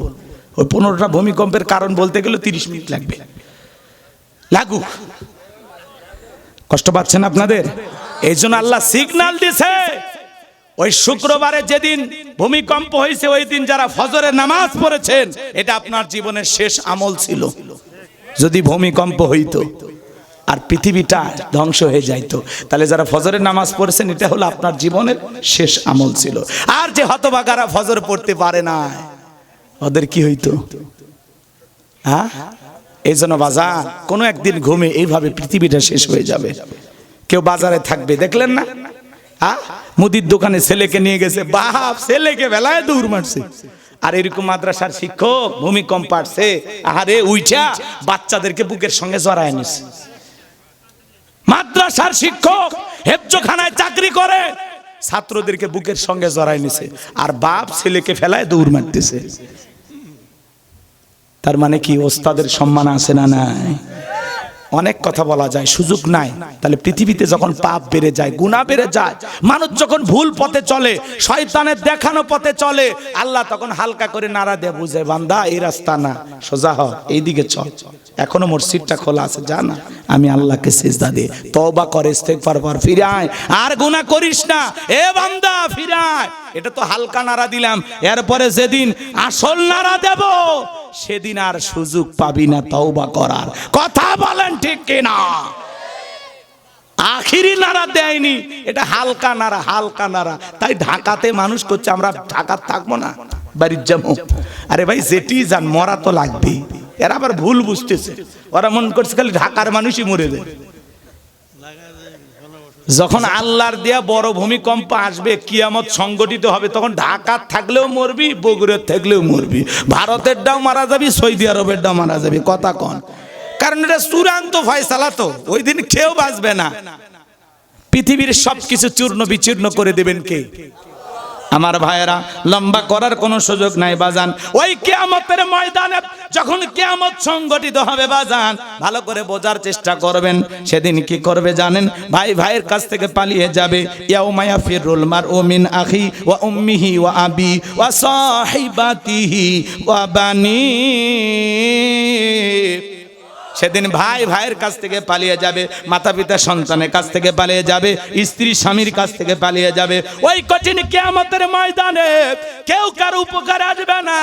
সেদিন আল্লাহর আরশের ছায়ার নিচে আল্লাহ তাআলা 7 শ্রেণীর মানুষকে ছায়া দেবেন। এটা হলো কিয়ামতের ময়দানে আল্লাহ তৈরি করা ভিআইপি গ্যালারি। সেদিনে মানুষ দলে দলে পানি পানি বলে চিৎকার মারবেন আর বিশ্ব নবীর দিকে রওনা করবেন। নবীজি হাউজে কাউসারের পিয়ালা নিয়ে দাঁড়িয়ে থাকবেন। কিছু মানুষের সামনে আল্লাহ তাআলা পর্দার আবরণ তৈরি করে দেবেন। নবী তখন ডেকে বলবেন, আল্লাহ, সংখ্যায় আমি আমার অনেক উম্মতকে দেখতে পাইলাম, কেন জানি সংখ্যাটা কমে গেল, বুঝতে পারলাম না। আমার আল্লাহ তখন ডেকে বলবে, বন্ধু, পাইকারি দরে আপনি সবাইকে আজকে হাউজে কাউসারের পানি পান করাইতে পারবেন না। দুনিয়ার জীবনে 2টি অপরাধ করেছিল যারা, আজকে আপনার হাতে কিয়ামতের ময়দানে হাউজে কাউসারের পানি পাবে না। তারা জোরে বলেন, কয়টা অপরাধ? আপনার আমার ভিতরে থাকতে পারে কিনা? এ বগুড়ার মুসলমান জানার দরকার আছে না না? কোন 2টি অপরাধে কিয়ামতের ময়দানে রাসূলের হাতে তারা পানি পাবে না? এরা কারা? একটু পরে বলতেছি বাজান, দিল দিয়ে কথাগুলো বোঝার চেষ্টা করেন। মানুষ দলে দলে নবীজির কাছে যাবেন। নবীজি হাউজে কাউসারের পিয়ালা নিয়ে দাঁড়িয়ে আছেন। দু নয়ন ভরে নবীকে দেখবেন আর নবীজির হাতে হাউজে কাউসারের পানি পান করবেন। এই সৌভাগ্যবান উম্মতকে আপনারা হতে চান?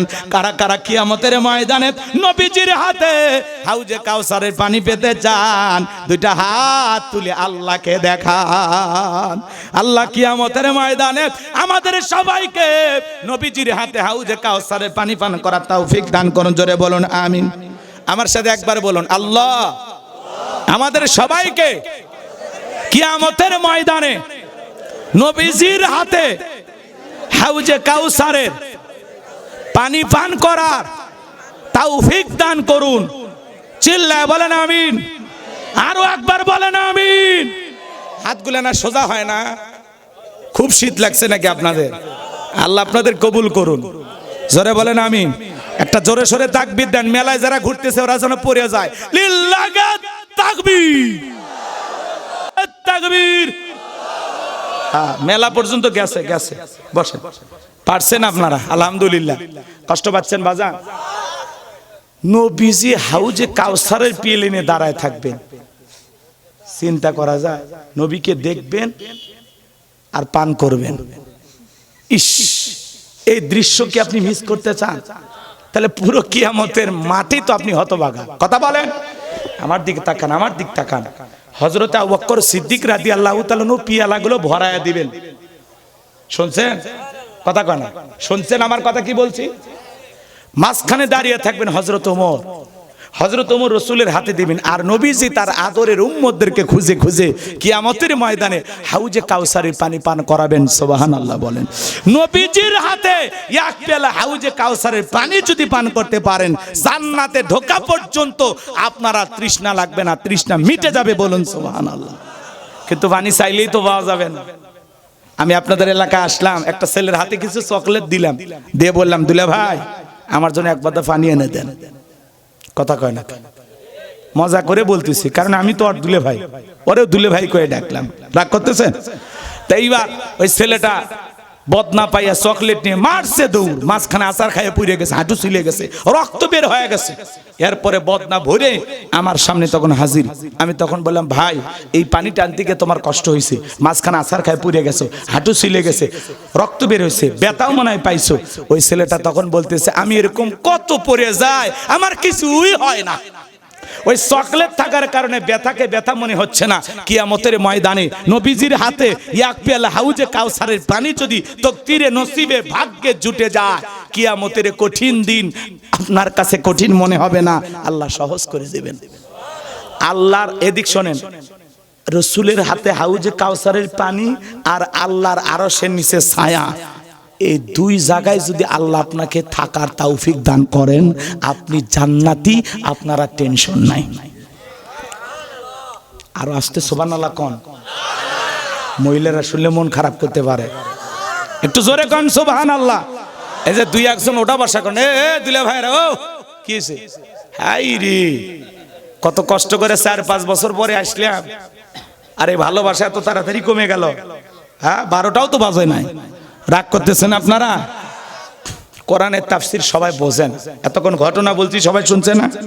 এখন একটু ভেঙে ভেঙে তাফসীর করতেছি আর মাথা ঢুকতেছে না। রাগ করতেছেন? আপনি কি কনফার্ম আপনি হাউজে কাউসারের পানি পাইছেন? আচ্ছা কথা কয় না, পাইছেন? পাইছেন? আলহামদুলিল্লাহ। রাগ করতেছেন? আমার কথা কি রাগ করতেছেন? আমার কথা একটু জবাব দেন। হাউজে কাউসারের পানি চাইলে কি পাওয়া যাবে? কষ্ট করা লাগবে না? কথা বলেন। একটু ঠান্ডা পানি দোজবানা নামাজ আদায় করা লাগবে। হঠাৎ করে নামাজ ধরলে পুরাতন মুসল্লি যারা থাকে এরা বলে বাপ রে বাপ, সূর্য আজ কোন দিকে উঠছে? উত্তর পাড়ার বাসা দিকে মসজিদে। নামাজ পড়বি না 2 দিন পরে ছেড়ে দিবি, আল্লাহর সাথে তামাশা করিস না, এরকম বলে কি না? ওই মুরব্বীদেরকে বলতেছে চাচা দাওয়াত দে তো 5 জনকে মসজিদে আনতে পারেন না। একটা লোক হঠাৎ করে নামাজ ধরেছে, তার নিয়ে কেন সমালোচনা করেন? কেন ঠাট্টা বিদ্রুপ করেন? আপনি পারলে তার জন্য দোয়া করেন যে ভাতিজা তুমি মসজিদে আসছো দেখে দিলটা ভরে গেছে, আল্লাহর কাছে দোয়া করি আল্লাহ যেন মৃত্যু পর্যন্ত তোমাকে সালাত আদায় করার তৌফিক দান করেন। কথা বলেন ঠিক কিনা? আপনি দোয়া করেন, ভালোবেসে বুকে টানেন, কিন্তু আপনি সমালোচনা কেন করেন? আপনার সমালোচনা শুনে ওই লোক যদি পরের দিন থেকে আল্লাহর ঘর মসজিদে না আসে, আল্লাহর কাছে কি জবাব দেবেন? কথা বলেন। অতএব কোন মানুষ হঠাৎ করে নামাজ ধরলে, হঠাৎ করে পরিবর্তন হওয়া দেখলে সমালোচনা করা, তার মনে কষ্ট দেওয়া, পারলে আরো আসর বইরা বলেন ভাই 1 কাপ চা খাবেন আমার সাথে। কথা কন, ভালোবাসা দেন, বুকে টেনে নেন। যুবক বয়সে দাঁড়িয়ে রাখছে, এটা নিয়ে সমালোচনা। কয় এই বয়সে দাঁড়িয়ে রাখি? বউ নিয়ে ঘুরতে গেছে, কয় ভাবি আসসালামু আলাইকুম, সাথে চাচার খবর কি? বউ বাড়িতে সে রাগ করে, বাহিরে তোমার সাথে যাওয়া যায় না কেন? কয় আমার ডাকে ভাবি আর তোমার ডাকে চাচা। যেই বউ নবীর সুন্নত দাড়িকে মহব্বত করে না, এই বউ আপনাকে 100% ভালোবাসা দিতে পারে না। কথা বলেন ঠিক না? দাড়ি হলো পৃথিবীর সকল নবীদের মুখে ছিল, এই দাড়ি হলো একটা স্পেশাল সুন্নত। সুবহানাল্লাহ কোন? টুপি খোলা যায়, জুব্বা খোলা যায়, দাড়ি খোলা যায়? মহিলার মুখেও দাড়ি নাই, পুরুষের মুখেও দাড়ি নাই। দাড়ি ছাড়া পুরুষকে পুরুষের মতো লাগে না। কথা কন। 50-60 বছর বয়স হয়ে গেছে, চামড়া জোরে গেছে, তারপরে সেলুনে যা কয় মারিয়ে দে। কয় চাচা চামড়া জোরে গেছে, প্লাস দিয়ে টানে টানে সেভ করা লাগে, খুব কষ্ট হয়, আপাতত দাড়িটা ছেড়ে দেন। চাচা কয় না ভাতিজা চুলকে চুলকে, তোমার দাড়ি রাখলে চুলকায়, কবরে যাও ফেরেশতারা চুলকানির মলম নিয়ে বসে আছে, জাগা মতো মলম লাগা দিবি। কথা কন ঠিক কিনা? এই মুসলমানের সন্তান, আপনার মুখে দাড়িও নাই, মাথায় টুপি নেই। এই যে মাহফিলে আসছেন, মাথায় টুপি আছে? অনেকের মাথায় টুপি নাই। কথা বলেন। রাগ করতেছেন আপনারা?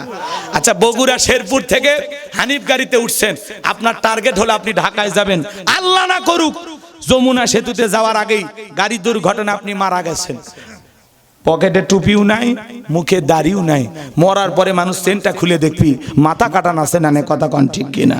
এজন্য ভাইরা আমার, আপনি মুসলমানের সন্তান, অন্তত যে কোনো একটা চিহ্ন নিয়ে ঘোরেন, মাথায় টুপি বা মুখে দাড়ি, দেখে বুঝবে এটা মুসলমান।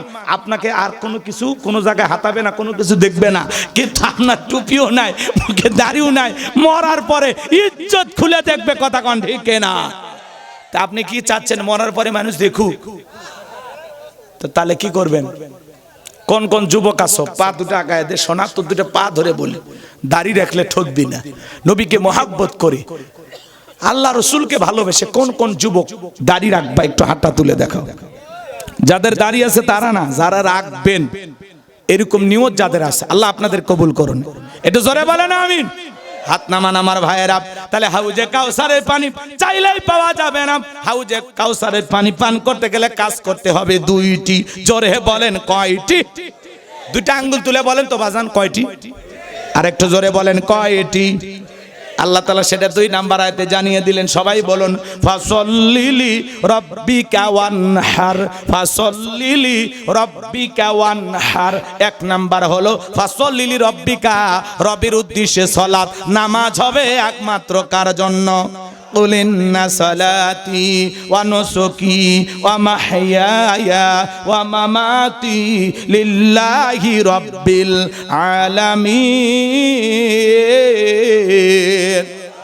সূরা আনাম আয়াত নাম্বার 162। আল্লাহ রাব্বুল আলামিন জানিয়ে দিলেন নবীজি আপনি বলুন আমার নামাজ, আমার কুরবানি, আমার জীবন, আমার মরণ লিল্লাহি রাব্বিল আলামিন, আসমান জমিনের প্রতিপালকের জন্য। তাহলে মুমিন জীবনের ইবাদত হবে, মুমিন জীবনের সব কিছু হবে একমাত্র কার জন্য? ফাসল্লিলি রাব্বিকা, রবের উদ্দেশ্যে সালাত, নামাজ হবে রবের জন্য, আল্লাহকে রাজি খুশি করার জন্য। যেমন তেমন নামাজ না, নামাজ নামাজের মতো হওয়া লাগবে। আল্লাহ বলেন ফালিয়াবুদু রাব্বা হাযাল বাইত আল্লাযী আত'আমাহুম মিন জু' ওয়া আমানাহুম মিন খাউফ। পোলাপান বাবা বসো বসো। না না, আপনারা কি আসলে কোরআনের ওয়াজ বোঝেন না নাকি? না খালি কাহিনী শুনবেন? তো এরকম অস্থির হচ্ছেন কেন ভাই? একটা আয়াত আছে, আরো একটা আয়াত আছে, দুইটা আয়াত আছে না? দুইটা আয়াত কত? 20 মিনিট শেষ করে দেবো। তো এত অস্থির হলে হবে না, অন্তত বুঝে যান আমার যে বিষয়টা, আমি সেটা একটু কমপ্লিট শেষ করতে চাই, একটু আপনাকে একটা ধারণা দিয়ে যেতে চাই। আপনি এত অস্থির হয়েন না, জীবনে বহুত সময় এদিক সেদিক খেলায় খেলায় নষ্ট করছেন। একটু কোরআন শুনে যান। ফসল্লি রব্বিকা, রবের উদ্দেশ্যে সালাত, তাই না? কার উদ্দেশ্যে? তো নামাজের কথা শুনে আপনি বেকা হয়ে চলে যাচ্ছেন, তার মানে নামাজ ভালো লাগে না। আপনি নামাজ ভালো লাগে না, আপনি মুসলমান, আপনি তো না পারমান কথা কর। আচ্ছা, অমুসলিমেরা কি নামাজ পড়ে? তা আপনি যে নামাজ পড়ে না, তাহলে দুইজনের মধ্যে পার্থক্য আছে। বাইনাল আবদি ও বাইনাল কুফরি তারকুস সালাহ। একজন মুমিন আর একজন বেঈমান, একজন মুমিন আর একজন কাফের, এদের মধ্যে পার্থক্যকারী যে জিনিস, তার নাম কি? সালাত। ইমানদাররা সালাত পড়ে, বেঈমানেরা সালাত কথা কর না কে? কাফেরদের নামাজ আছে, কাফেরও নামাজ পড়ে না, আপনি পড়েন। আপনি কি মজা নিবে রাখছেন না? শোনেন, ওয়াজ শোনা লাগবে। চেংরা মেংরা মানে পাও দড়িতে বান্ধে ওয়াজ শোনাবো, মানুষ চেনে নি তো। আমি তো বগুড়ের জামাই, কথা কন। 2-4টা শালাক দড়িতে বান্ধিলে কি হবে? কথা কন, শুনে যা বাবা, ভালো কথা বলতেছি, খারাপ কিছু বলতেছি?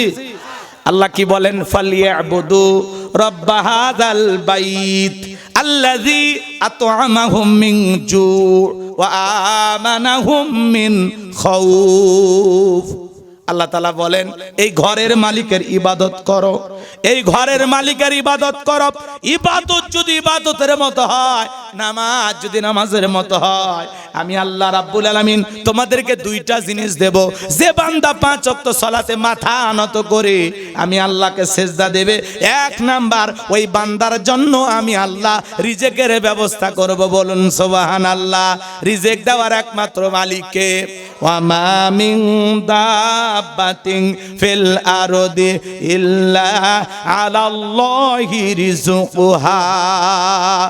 জানিয়ে দিলেন, এই পৃথিবীতে এমন কোন বিচরণশীল প্রাণী নাই যার রিজিকের ব্যবস্থা আমি আল্লাহ আসমান থেকে করি না।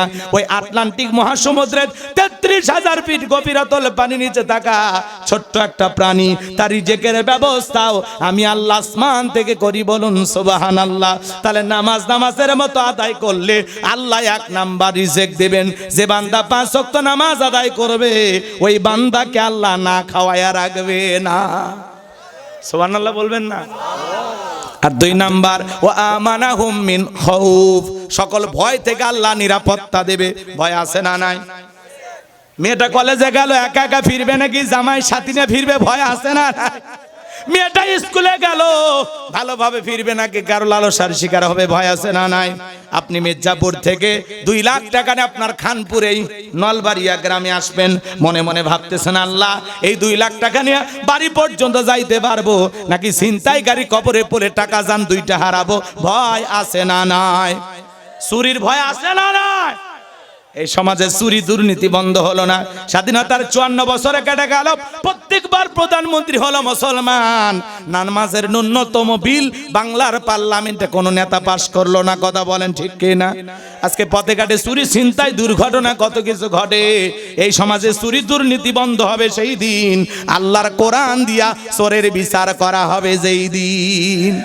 আজ থেকে 1500 বছর আগে আল্লাহ আইন দিয়েছেন, ওয়াসারিকু ওয়াসারিকাতু ফাকতউ আইদিয়াহুমা জাযাআম বিমা কাসাবা নাকালাম মিনাল্লাহ। সূরা মায়দার 38 নম্বর আয়াতে আল্লাহ আইন দিয়েছেন, চোর পুরুষ হোক আর নারী হোক, আল্লাহর বিধান, আল্লাহর ফয়সালা। অপরাধ যদি প্রমাণিত হয়, চোরের হাত কেটে দাও। একটা চোরের হাত কেটে সোশ্যাল মিডিয়ার মাধ্যমে ফলাও করে যদি প্রচার করা হতো, বাংলার পার্লামেন্টে আইন পাস করা হয়েছে, চুরি করলে চোরের হাত কেটে দেওয়া হবে। একটা চোরের হাত কেটে প্রত্যেকটা চ্যানেলে 2 ঘন্টা পর পর 1 ঘন্টা পর পর দেখান, নিউজটা প্রচার করেন। এ বাজান 2-4 মাস লাগবে না, 24 ঘন্টায় বাংলাদেশের চুরি বন্ধ করা সম্ভব। কে শোনে কার কথা? আছে গলা না মনের ব্যথা? এখন উচিত কথা যদি কই পিঠের ওপর দিয়া যাবি মই, এ আনন্দে কিছু লোক কিনে খাবে বগুড়ার স্পেশাল দই। সত্য কথা বললে আমরা জঙ্গিবাদ মৌলবাদ কথা বলেন। গ্রাম অঞ্চলে একটা কথা আছে না, সরিষাই ভূত। নেতা আল্লাহর আইন কেন চালু করে না?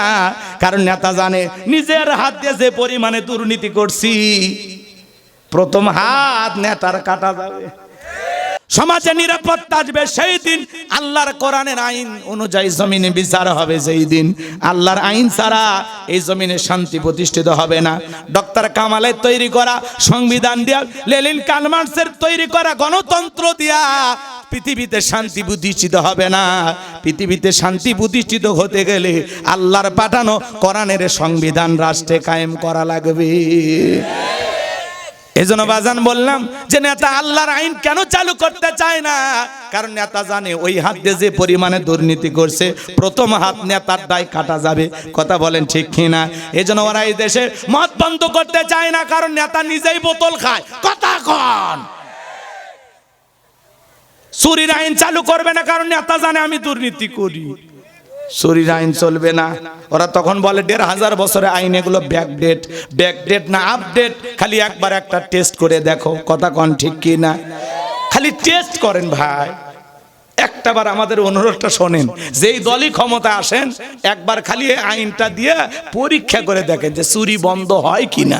এত সিসি ক্যামেরা লাগবে না। সিসি ক্যামেরা স্বর্ণের দোকানত লাগিয়ে রাখছে, মাঝে মাঝে আমরা দেখি তো ডাকাতি করবে আসে, সিসি ক্যামেরা পর্যন্ত চুরি হয়ে যাচ্ছে। কথা কন। এই যে একটা দোকানে কিছুক্ষণ আগে একটা ভিডিও দেখলাম, সিসি ক্যামেরা, স্বর্ণের দোকান লুটপাট হয়ে যাচ্ছে। কিচ্ছু করা নাই বাজান, পিস্তল নিয়ে আসছে, চাকু নিয়ে আসছে, দোকানদার খালি চিল্লাচ্ছে। আশেপাশে কোনো লোক আসবি, পিস্তল আছে যে গেলেই ঠাস ঠাস করে মেরে দিবে। ওই ভয় আর কেউ যাচ্ছে না। তাহলে এই দেশে চুরি, ছিনতাই, দুর্নীতি, টেন্ডারবাজি, চাঁদাবাজি বন্ধ করতে হলে লাগবে কার আইন? আর কোন আইনে বান্দাকে কন্ট্রোল করা যায় আল্লাহর সাথে আমরা বেশি বুঝি। তাহলে আমাদের হেদায়েত দান করেন আল্লাহ, আমাদের হেদায়েত দান করেন। জোরে বলেন আমিন। তাহলে নামাজের মতো আদায় করলে রিজেক্ট দেবেন তিনি কে? নিরাপত্তা দেবেন তিনি কে? তাহলে 5 ওয়াক্ত সালাত আল্লাহ রাব্বুল আলামিনকে রাজি খুশি করার জন্য শেরপুরের মুসলমানেরা কারা কারা মসজিদে গিয়ে আদায় করবেন, 2টা হাত তুলে আল্লাহকে দেখান। আল্লাহ আমাদেরকে 5 ওয়াক্ত নামাজি বানায় দেন। একটু জোরে বলেন না আমিন। আর একটু জোরে বলেন আমিন। হাত নামান। আমার ভাইয়েরা কষ্ট পাইছেন, তাহলে 5 ওয়াক্ত সালাত নিয়মিত আদায় করব ইনশাআল্লাহ। 2 নাম্বার হলো ওয়ানহার। ওয়ানহার মানে কুরবানি করা, নিজের আমিত্বকে কুরবানি করা, অহংকারকে কুরবানি করা, নিজের ভিতরে থাকা পশুসুলভ আচরণকে কুরবানি করা, নিজের জানমাল, সময়, অর্থ সবকিছু কুরবানি করা। শহীদ আবু সাঈদের মতো, মুগ্ধের মতো দেশের জন্য কুরবানি হওয়া। কথা বলে ঠিক না? এই কুরবানির ওয়াজ আপনাদের মসজিদের ইমাম করবে, আমি করব না। শুধু 3টা জিনিস আপনাদেরকে দৃষ্টি আকর্ষণ করছে, তাকান। 1 নাম্বার নিয়ত সহি করবেন যে কুরবানি আল্লাহর জন্য। কার জন্য? অনেক মুসলমান নিয়ত করে যে কুরবানি না দিলে ছেলেমেয়ে মানুষের গোশতের দিকে তাকায় থাকবে, এই কষ্ট আমার সহ্য হবে না, আমি কিস্তি তুলে হলেও দেব। কথা কয় না?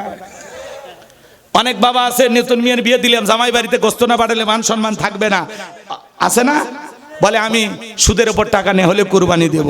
এইরকম নিয়তে যারা কুরবানি দিবে আপনাদের কুরবানি হবে না। কুরবানি করা মানে খালি ভোগের নাম কুরবানি নয়, ত্যাগের নাম কুরবানি, অন্যের মুখে হাসি ফুটানোর নাম হলো কুরবানি।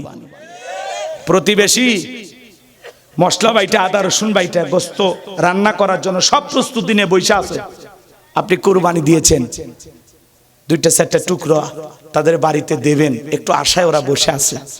আর আপনি ধনী, কুরবানি জবাই করে ফ্রিজে ঢুকাইয়া, হ্যাঁ, 4টে সেই খায়া শেরপুর স্ট্যান্ডে যায়া দাঁত খিলল করতেছেন, আর দোকানদারকে বলতেছেন একটা আরসি দে, কুরবানির গোশতের সেই স্বাদ। আপনার প্রতিবেশী 1 টুকরো গোশত পাইল না, আর আপনি নিজে খাইয়া দাঁত খিলল করতেছেন। কথা কন নাকি আপনারা? আগে দেখেন আপনার আশেপাশে প্রতিবেশী 2-1 টুকরো পাইছে কিনা, তারা খাইতে পারছে কিনা, ওদের মুখে আগে হাসি ফুটান, ওদের মুখে আগে তুলে দেন, আল্লাহ খুশি হবে। কথা বলেন ঠিক কি না? খালি ফ্রিজ ভরাইলে হবে না। আবার প্রশ্ন দেয়, হুজুর কতদিন ফ্রিজে রেখে খাওয়া যায়? হুজুর এখন বলতেছে এই কুরবানি থেকে পরে কুরবানি পর্যন্ত খাইতে থাকেন। ডাক করতেছেন নাকি আপনারা? তাহলে 1 নাম্বার নিয়ত সহি কুরবানি কার জন্য? আর 2 নাম্বার সুদের টাকা, ঘুষের টাকা, হারাম উপার্জনের টাকা দিয়ে কুরবানি দিলে হবে না। আর 3 নাম্বার ফাসল্লি লিরাব্বিকা ওয়ানহার, আগে নামাজ পড়ো তারপরে কুরবানি করো। কোনো বেনামাজির কুরবানি কবুল হবে না। নামাজি হয়ে কুরবানি দেওয়া লাগবে। পারবেন তো ইনশাআল্লাহ? 3 নাম্বার আয়াতে আল্লাহ রাব্বুল আলামিন বলেন, ইন্না শানিয়া কাহুয়াল আবতার। আল্লাহু আকবার। আমার আল্লাহ ডেকে বলেন, নবী যারা আপনাকে লেজকাটারির বংশ বলে আপনি কষ্ট মনের মধ্যে নেবেন না। ও নবী, আপনি কষ্ট মনের মধ্যে নেবেন না।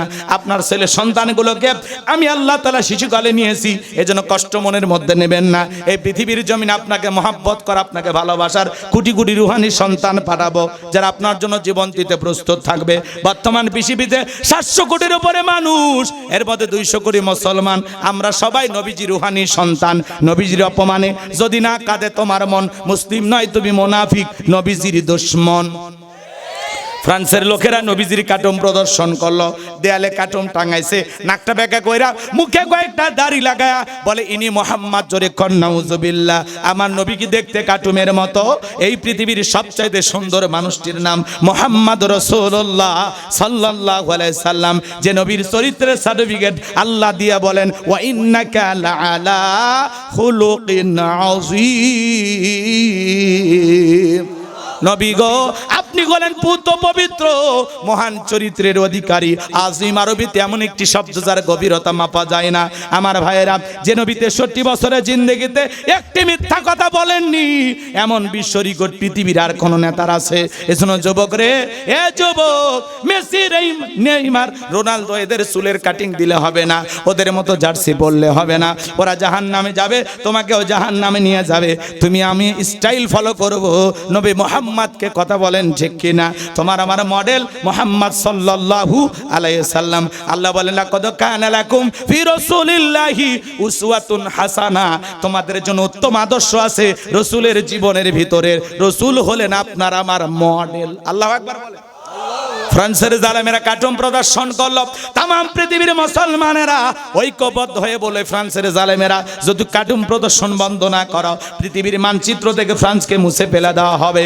ওরা তখন বাধ্য হয়ে কার্টুন প্রদর্শন বন্ধ করেছিল। কথা বলেন ঠিক কিনা? আমার নবীকে গালি দিয়েছিল ওলীদ বিন মুগীরা, অকাত্য ভাষায় গালিগালাজ করতেছে। আল্লাহ আয়াত নাজিল করে বলেন উতুল্লিম বাদা যালিকা জানিম। নবী গো, এই ওলীদ বিন মুগীরা হলো পিতৃ পরিচয়হীন যার সন্তান, ওর জন্মের ঠিক নাই, ও একটা বাস্টার্ড। ওলীদ বিন মুগীরা বলে নবী, এত বড় কথা, আপনি আমাকে যার সন্তান বললেন, ঠিক আছে আপনি থাকেন, আমি বাড়িতে যাই। ছেলেটা বৈধ না অবৈধ জানে কে? ফ্যাক্টরির মালিক, তার মানে তার মা। তার মায়ের নাম ছিল ঝর্ণা। যা বলে মা, করবি না কোনো তালবাহানা। নবী আমাকে বলেছেন উতুল্লিম বাদা যালিকা জানিম, আমি নাকি পিতৃ পরিচয়হীন যার সন্তান, আমার নাকি জন্মের ঠিক নাই। ওলীদ বিন মুগীরার মা বলতেছে বাবা রে, যা বলবো সত্য বলবো, মিথ্যা বলবো না, আমারও বয়স হয়ে গেছে। আর মনে মনে ভাবতেছে এই গোপন তত্ত্ব নবী জানলো কেমনে? নবী তো জানতেন না, নবীকে জানিয়ে দিয়েছেন তিনি কে? ওলীদ বিন মুগীরার মা এবার বলে বাবা, ব্যবসা বাণিজ্যের কাজে তোর বাবা এতটাই ব্যস্ত থাকতো, তোর বাবা ব্যবসা আসেনে, টাকা আসেনে, কিন্তু তোর মায়ের মন বোঝে না। সে যে কেন আসে না, কিছু ভালো লাগে না, এবার আসুক, তারে আমি মজা দেখাবো। কথা কয় না, কথা কয় না। দেখবেন এলাকার ভাইয়েরা যখন বিদেশে যায়, কিছু দুষ্ট দেবর ভাবি দরজায় স্লোগান দেয়, ভাবি ভাইয়া তোমার বর, আমি যে দেবর, ভেবে দেখো ভাবি কার কত দাবি, ভাই গেছে মালয়েশিয়ায়, আমি তো দেশে আসি। কথা কয় না, কথা কয়। মডার্ন ভাবি, ডিজিটাল ভাবি শুনে খুশি হয়। ভাবি যদি মাদ্রাসায় পড়তো, হাফেজা আলেমা হইতো, ভাবির অন্তরে যদি আল্লাহর ভয় থাকতো, ডেকে বলতো কুল্লিল মুমিনিনা ইয়াগুদ্দু মিন আবসারিহিম, কুল্লিল মুমিনিনা ইয়াগুদ্দু মিন আবসারিহিম। ও মা, দুইটা পুরুষ হইতে দূরে থাকবেন, একটা দেবর আর একটা দুলাভা। এরা হলো মৃত্যুতুল্য। হাদিসের ভাষায় এদেরকে মৃত্যুতুল্য বলা হয়েছে। এরা হলো বিষাক্ত সাপের চাইতেও ভয়ঙ্কর। পারিবারিক জীবনে নারীদের এই দুইটা পুরুষ জীবনে সবচেয়ে বড় বেশি ক্ষতি করে, কিন্তু মাঝে মাঝে প্রকাশ হয় আর অধিকাংশ গোপন থাকে, বলা যায় না, কথা কয় না। তাহলে পারিবারিক জীবনে সবচাইতে সমস্যা হওয়ার পিছনে যে মূল সমস্যা সেটা হলো পর্দা, আল্লাহর বিধানকে লঙ্ঘন করা। কথা বলেন। দুলা ভাই বাড়িতে আসতেই পারে, শ্বশুর বাড়ি আসবো না কেন? আসতেই পারি। কথা কর। মায়ের উচিত, মা তুমি একটু সুন্দর করে নাস্তা রেডি করো, আমি একটু ফ্রেশ হয়ে আসি, তোমার দুলা ভাইকে নাস্তা দিতে হবে। মেয়ে খাবার রেডি করে দিবে, শাশুড়ি নিজে জামাইয়ের সামনে খাবারটা পরিবেশন করবে। বলেন জায়েজ আছে না নাই? জায়েজ আছে। শাশুড়ি মায়ের মতো যাবে, বাবা গোলাম রব্বানি ভালো আছো বাবা, বাবা আবুল কালাম ভালো আছো, বাবা মতিয়ার তুমি ভালো আছো, খাও বাবা, আমার মেয়েটা কেমন আছে, নাতনিগুলো কেমন আছে, ব্যবসা বাণিজ্য কেমন হচ্ছে, এবার কি চেয়ারম্যান হতে পারবা? কথা কয় না কেন? গল্প করবে শাশুড়ি মায়ের মতো, কথা কয় না কেন? শাশুড়ি মায়ের মতো জামাইয়ের সাথে দুইটা গল্প করবে, কিন্তু শালি নিয়ে আসছে। শাশুড়িরা হলো ডাইনি, নিজে না যায়া 14 বছর 16 বছরের শালিটাকে বলতেছে, যা মা নাস্তার প্লেটটা তো দুলে ভাইকে দিয়ে আয়, শিয়ালের কাছে মুরগি পাঠাচ্ছে। কথা কন। এখন দুলে ভাই বসে আছে, শালি খাবার নিয়ে আসছে, বলতেছে দুলে ভাই এই যে খাবার খান। এই পাগলি, আমি কি ফল খাওয়ার জন্য আসছি না? হ্যাঁ, আমি আসছি তো দেখার জন্য। বগুড়া নিউ মার্কেটে 3 ফ্রিজের অফার চলতেছে, 2টা 3 পিস তো কিনে দেওয়ার নিয়ত করছি, এখন তুই রাজি থাকলে এক চাপ, না হলে আমাকে বলে দে। তখন বলতেছে দুলে ভাই আপনার সাথে আমি জাহান্নামে যাইতেও রাজি। কথা কন। এইবার ডিজিটাল শালি, স্মার্ট জামানা, দুলে ভাইয়ের মোটরসাইকেলে উঠে একটু ভ্যানিটি ব্যাগ দিয়ে মাঝখানে একটু ফাঁকা রাখছে, কিন্তু আপনাদের যে রাস্তা হচ্ছে মাঝে মাঝে যে গ্যাপ, এই গ্যাপ থেকে দুলে ভাই একটু হালকা ব্রেক করছে, ব্রেক, এক ব্রেকে শালি ফাঁকা জায়গা পূরণ করে দুলে ভাই চাপিয়ে ধরছে। কথা কন ঠিক কিনা? এই জন্য আমি বলতে চাই মা, জীবন দশায় কোনোদিন দুলে ভাইয়ের আর দেবরের মোটর সাইকেলে ওঠা যাবে না। কথা কয় না? কথা কয় না? বরিশালের এক যুবক ফোন দিয়ে সেই কান্দন, কয়েকদিন আগের ঘটনা, কান্দে কয় হুজুর একটা ফতুয়া দেন হুজুর। আমি কি হয়েছে? কান্দন বন্ধ কর ভাই, ঘটনা কি আগে খুলে কর। তখন বলছে হুজুর আপনি বলেন হুজুর, বড় ভাইয়ের বউকে কি ছোট ভাই বিয়ে করা জায়েজ আছে? আমি তখন বললাম বড় ভাই কি মারা গেছে?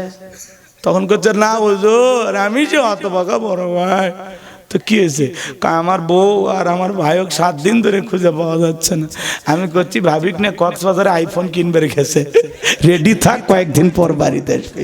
কথা কন ঠিক কিনা আমার ভাইয়েরা? এই জন্য মাঝে মাঝে খবর পাওয়া যায় দেবর ভাবি উধাও। কথা কন।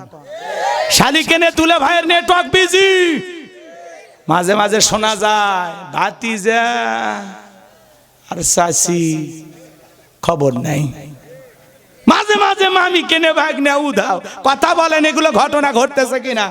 বর্তমান সমাজ নষ্ট করার মূল যে অস্ত্র তার নাম হলো এই মোবাইল। এই মোবাইলের ওজন কম, কিন্তু মোবাইলের মাধ্যমে পাপের ওজনটা অনেক বেশি। কথা বলেন ঠিক কিনা? ঘরে ঘরে মোবাইল, একা একা তরুণ তরুণী যুবক যুবতী কেউ নাই, জানালা দরজা বন্ধ কইরা ল্যাপের ভিতরে কম্বলের ভিতরে ঢুকে সেই ভিডিও। কথা কন, কথা কন। পোলাপন নষ্ট হয়েছে কেমনে? এই মোবাইলের কারণে। কথা বলেন ঠিক কিনা? দেশে মোবাইল আইছে, চিঠি বন্ধ হইয়াছে, দিওয়ানা বানাইছে, পোলা মাইয়ার মনের কথা ভাসে বাতাসে। ও দেখো পোলা পানের মন বাদা ফেসবুকে এখন, মোবাইলে চ্যাটিং কইরা কাটায় সারাক্ষণ। এই মোবাইল পাইয়া দেখো মদনের মাইয়া, এই মোবাইল পাইয়া দেখো রমজানের মাইয়া কি কাণ্ড ঘটাইছে, স্বামী সংসার আইখা নাকি পালাইয়া গেছে। 2 বাচ্চার মা 4 বাচ্চার মা পরকীয়া প্রেম করে আর একটা ছেলের হাত ধরে পালিয়ে যায়। এরকম ঘটনা আছে না? না, যে নারী স্বামী রেখে সন্তান রেখে আর একটা পর পুরুষের হাত ধরে পালিয়ে যায়, ওটা নারী জাতির কলঙ্ক। কেমনে পারলা মা? ও বোন, তুমি কেমনে পারলা স্বামী রাইকা সন্তান রাইকা আর একটা পর পুরুষের হাত ধরতে? কেমনে পারো? কথা কন। একটা স্বামী যদি জানে 12 বছর যে বিবির সাথে সংসার করলাম, আমার সেই 12 বছরে সংসার করা বিবি পর পুরুষে আসক্ত, পরকীয়া প্রেমে আসক্ত, ওই স্বামীটা জ্যান্ত লাশ হয়ে যায়। কথা বলেন ভাই, এগুলো উচিত কথা বললে আপনারা বিরক্ত হচ্ছেন, আর বাড়াবো না, কষ্ট হচ্ছে আপনাদের। আর একটা ভাইরাসে না হলে টিকটক ভিডিও, কথা কন। হদেশে টিকটক আসিয়া সব গেল ভাসিয়া, সিদ্দিক সোরা নায়ক হইছে আইডি খুলিয়া, হিরো আলম নায়ক হইছে আইডি খুলিয়া। এই মোবাইলে হাই কি জাদু আছে ভাই, পোলা পান বুঝাছে, পড়ালেখা তুইলা রাখছে সপ্তম আকাশে। এখন আর পড়াশোনা নাই, ছেলে পেলে মোবাইল নিয়ে ব্যস্ত, কথা বলেন ঠিক কিনা? যারা ক্ষমতায় ছিল ওরা দিচ্ছিল অটো পাস, এখন আর অটো পাস আছে? এখন পড়লে পাস, না পড়লে ফেল, কথা কন ঠিক কিনা? এজন্য যুবক, মোবাইল ছাইরা আবারও পড়ার টেবিলে বসে যাও। আল্লাহ আমার যুব সমাজকে হেদায়েত দান করেন, চিল্লা বলেন আমিন।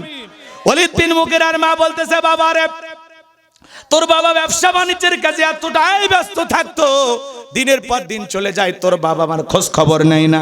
বাড়ির আশেপাশে তোর চাচা ঘুর ঘুর করতেছিল, তারে দিয়ে ভালোবাসা বিনিময় করেছিলাম, তার ফলে তোর জন্ম হয়েছে। নবী যে তত্ত্ব যে 100% সত্য, তোর বাপ তোকে জন্ম দেয় নাই, তোর জন্ম দিয়েছে তোর চাচাই।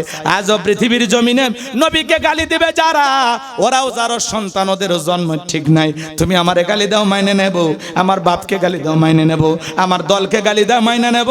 আমার নবী হলেন আমাদের কলিজার টুকরা নবী। নবীজিকে নিয়ে কেউ যদি কুরুচিপূর্ণ মন্তব্য করে, বাজে ভাষায় গালি দেয়, ওই নাস্তিক বেঈমানকে ধইরা ওর বুকের উপরে ছইরা জিহ্বা টান দিয়ে ছিঁড়ে কুকুরকে খাওয়ায় দিব। নবীজির অপমান মেনে নেওয়া হবে না। নবীর জন্য কারা কারা জীবন দিতে প্রস্তুত, হাত তুলে দেখান। লিল্লাহি তাকবীর। বিশ্ব নবীর অপমান সইবে না রে, আল্লাহ কবুল করেন, জোরে বলেন আমিন। নবীর জন্য আমরা জীবন দিতে প্রস্তুত থাকবো ইনশাআল্লাহ।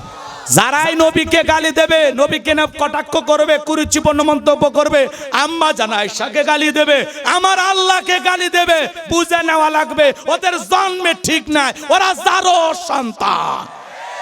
যারা কোরআনের লাথি মারছিল, শুনছেন না কথা কর? আমরা বলতে যাই, যারা আল্লাহর পবিত্র কোরআনে লাথি মারবে, ওর পা কেটে ফেলে দেওয়া লাগবে। যারা হাত দিয়ে কোরআনের পাতা ছিঁড়বে, ওদের হাত কেটে ফেলে দেওয়া লাগবে, কথা বলেন ঠিক কিনা? এদেশে যারা আল্লাহকে অপমান করে কথা বলে, রসুলকে অপমান করে কথা বলে, কোরআনকে অপমান করে, আলেমদেরকে অপমান করে, এরাই যারো সন্তান, এরা অবৈধ মায়ের অবৈধ সন্তান, এদের জন্মে ঠিক নয়, কথা বলেন। রাগ করছেন? আরো কিছু কথা বলবো না দোয়া করবো? চলতেই থাকবে। কারা কারা আছেন একটু হাত তুলে দেখান তো দেখি। লিল্লাহি তাকবীর। তার মানে আপনারা এমন কায়দায় বসে আছেন, মনে হচ্ছে কেবল 9টা বাজতেছে। আলহামদুলিল্লাহ, লক্ষণ মানে দেখছেন, চোখে মুখে কোনো ঘুম নাই, সব চলে গেছে। আলহামদুলিল্লাহ, কষ্ট হচ্ছে আপনাদের।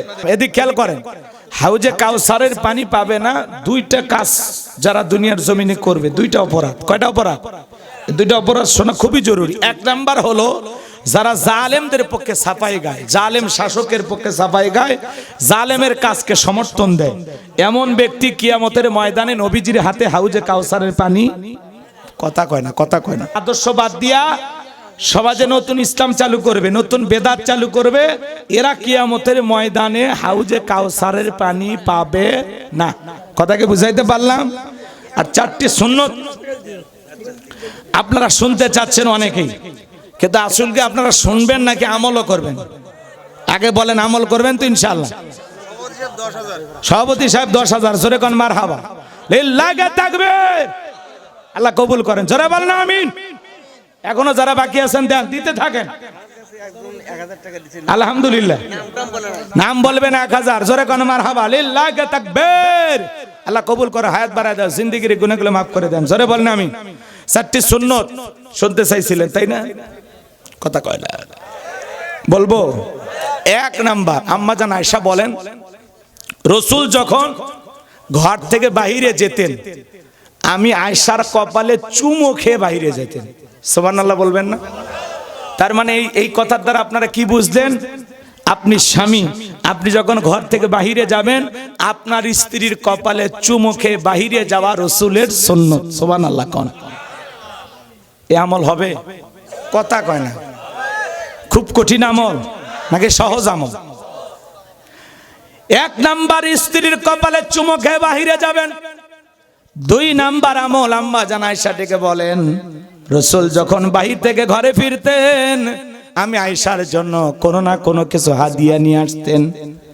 তাহলে বাহিরে যখন যাবেন আপনার বিবিকে ফোন দেবেন, ও প্রিয়তমা, ও আমার লেটনের মা, আমি তো এখন শেরপুর থেকে বাড়িতে যাব, কিছু খাইতে কি তোমার মনে চায়? আপনার বউয়ের পছন্দের কোনো খাবার যদি থাকে মাঝে মাঝে ফোন করেও খাবার নিয়ে আসতে পারেন। আবার অথবা আপনার স্ত্রী যেটা খাইতে পছন্দ করে মাঝে মাঝে সেই খাবারটা বিবির জন্য নিয়ে আসবেন। কথা বোঝেন নাই? স্ত্রীর পছন্দের খাবার সেটা কেক খাক আর বাদাম খাক, আপনার স্ত্রী যা খাবে মাঝে মাঝে স্ত্রীর জন্য খাবার হাত দিয়ে নিয়ে আসা রাসূলের সুন্নাত। সুবহানাল্লাহ। মাঝে মাঝে পছন্দের কেক বিস্কুট নিয়ে এসে হাত এরকম পিছনে রাখবেন, বলবেন বলো তো আজকে কি নিয়ে আসছি, কি নিয়ে আসছি? বলতে পারলা না, বলতে পারলা না, এই ব্যাস আপনার স্ত্রী খুশি হয়ে গেল। কথা কোন, কথা কোন। আরে হোক না ওটা 50 টাকা দামের একটা বিস্কুটের প্যাকেট, কিন্তু বউ ভালোবাসা নিয়ে আসছেন, আপনার বউ যে কি খুশি হবে আপনি বুঝতে পারবেন না। আমি মাঝে মাঝে আমার ম্যাডামের জন্য এই শোনেন নাকি সিমের বিচি চেনেন না আপনারা? কথা কন, সিমের বিচি চেনেন? সিমের বিচি, ভুট্টার খই আর বাদাম, এগুলো ম্যাডাম খেতে ভালোবাসে, মাঝে মাঝে নিয়ে যায়। মা তখন বলে যে বাবা তোমার হাতে ওইটা কি? আমি তখন বলতেছি বাদাম, এগুলো ওইটা। করছে বৌমা এগুলো পচা জিনিস খেলে আসে। হুজুর হচ্ছে কিপটে হয়ে গেছে, ভালো ফল ফুট আনবে পারিস না। আমি করছি ফল ফুট তো বাড়ি থাকে, আপনার বৌমা যে বাদাম খাবি তা আমার কি দোষ? কথাকে বোঝেন নাই?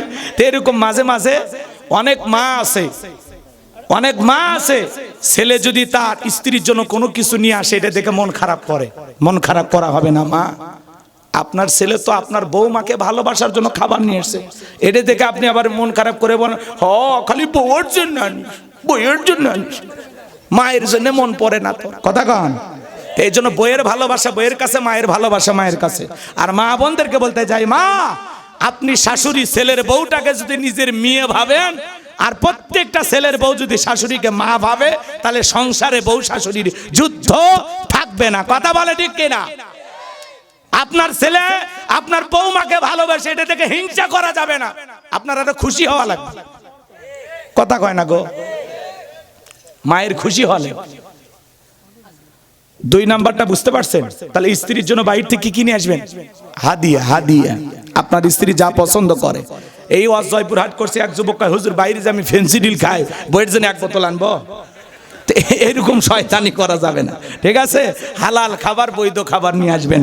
আর বিশেষ করে আপনার বিবি যে খাবারটা পছন্দ করে, যখন আপনাদের সুন্দর সময় কাটে ওই সময় বিবিকে বলবেন তুমি পৃথিবীতে সবচাইতে কোন খাবারটা বেশি ভালোবাসো, তোমার পছন্দের খাবারের তালিকাটা কি, শুনবেন, আল্লাহ কবুল করেন।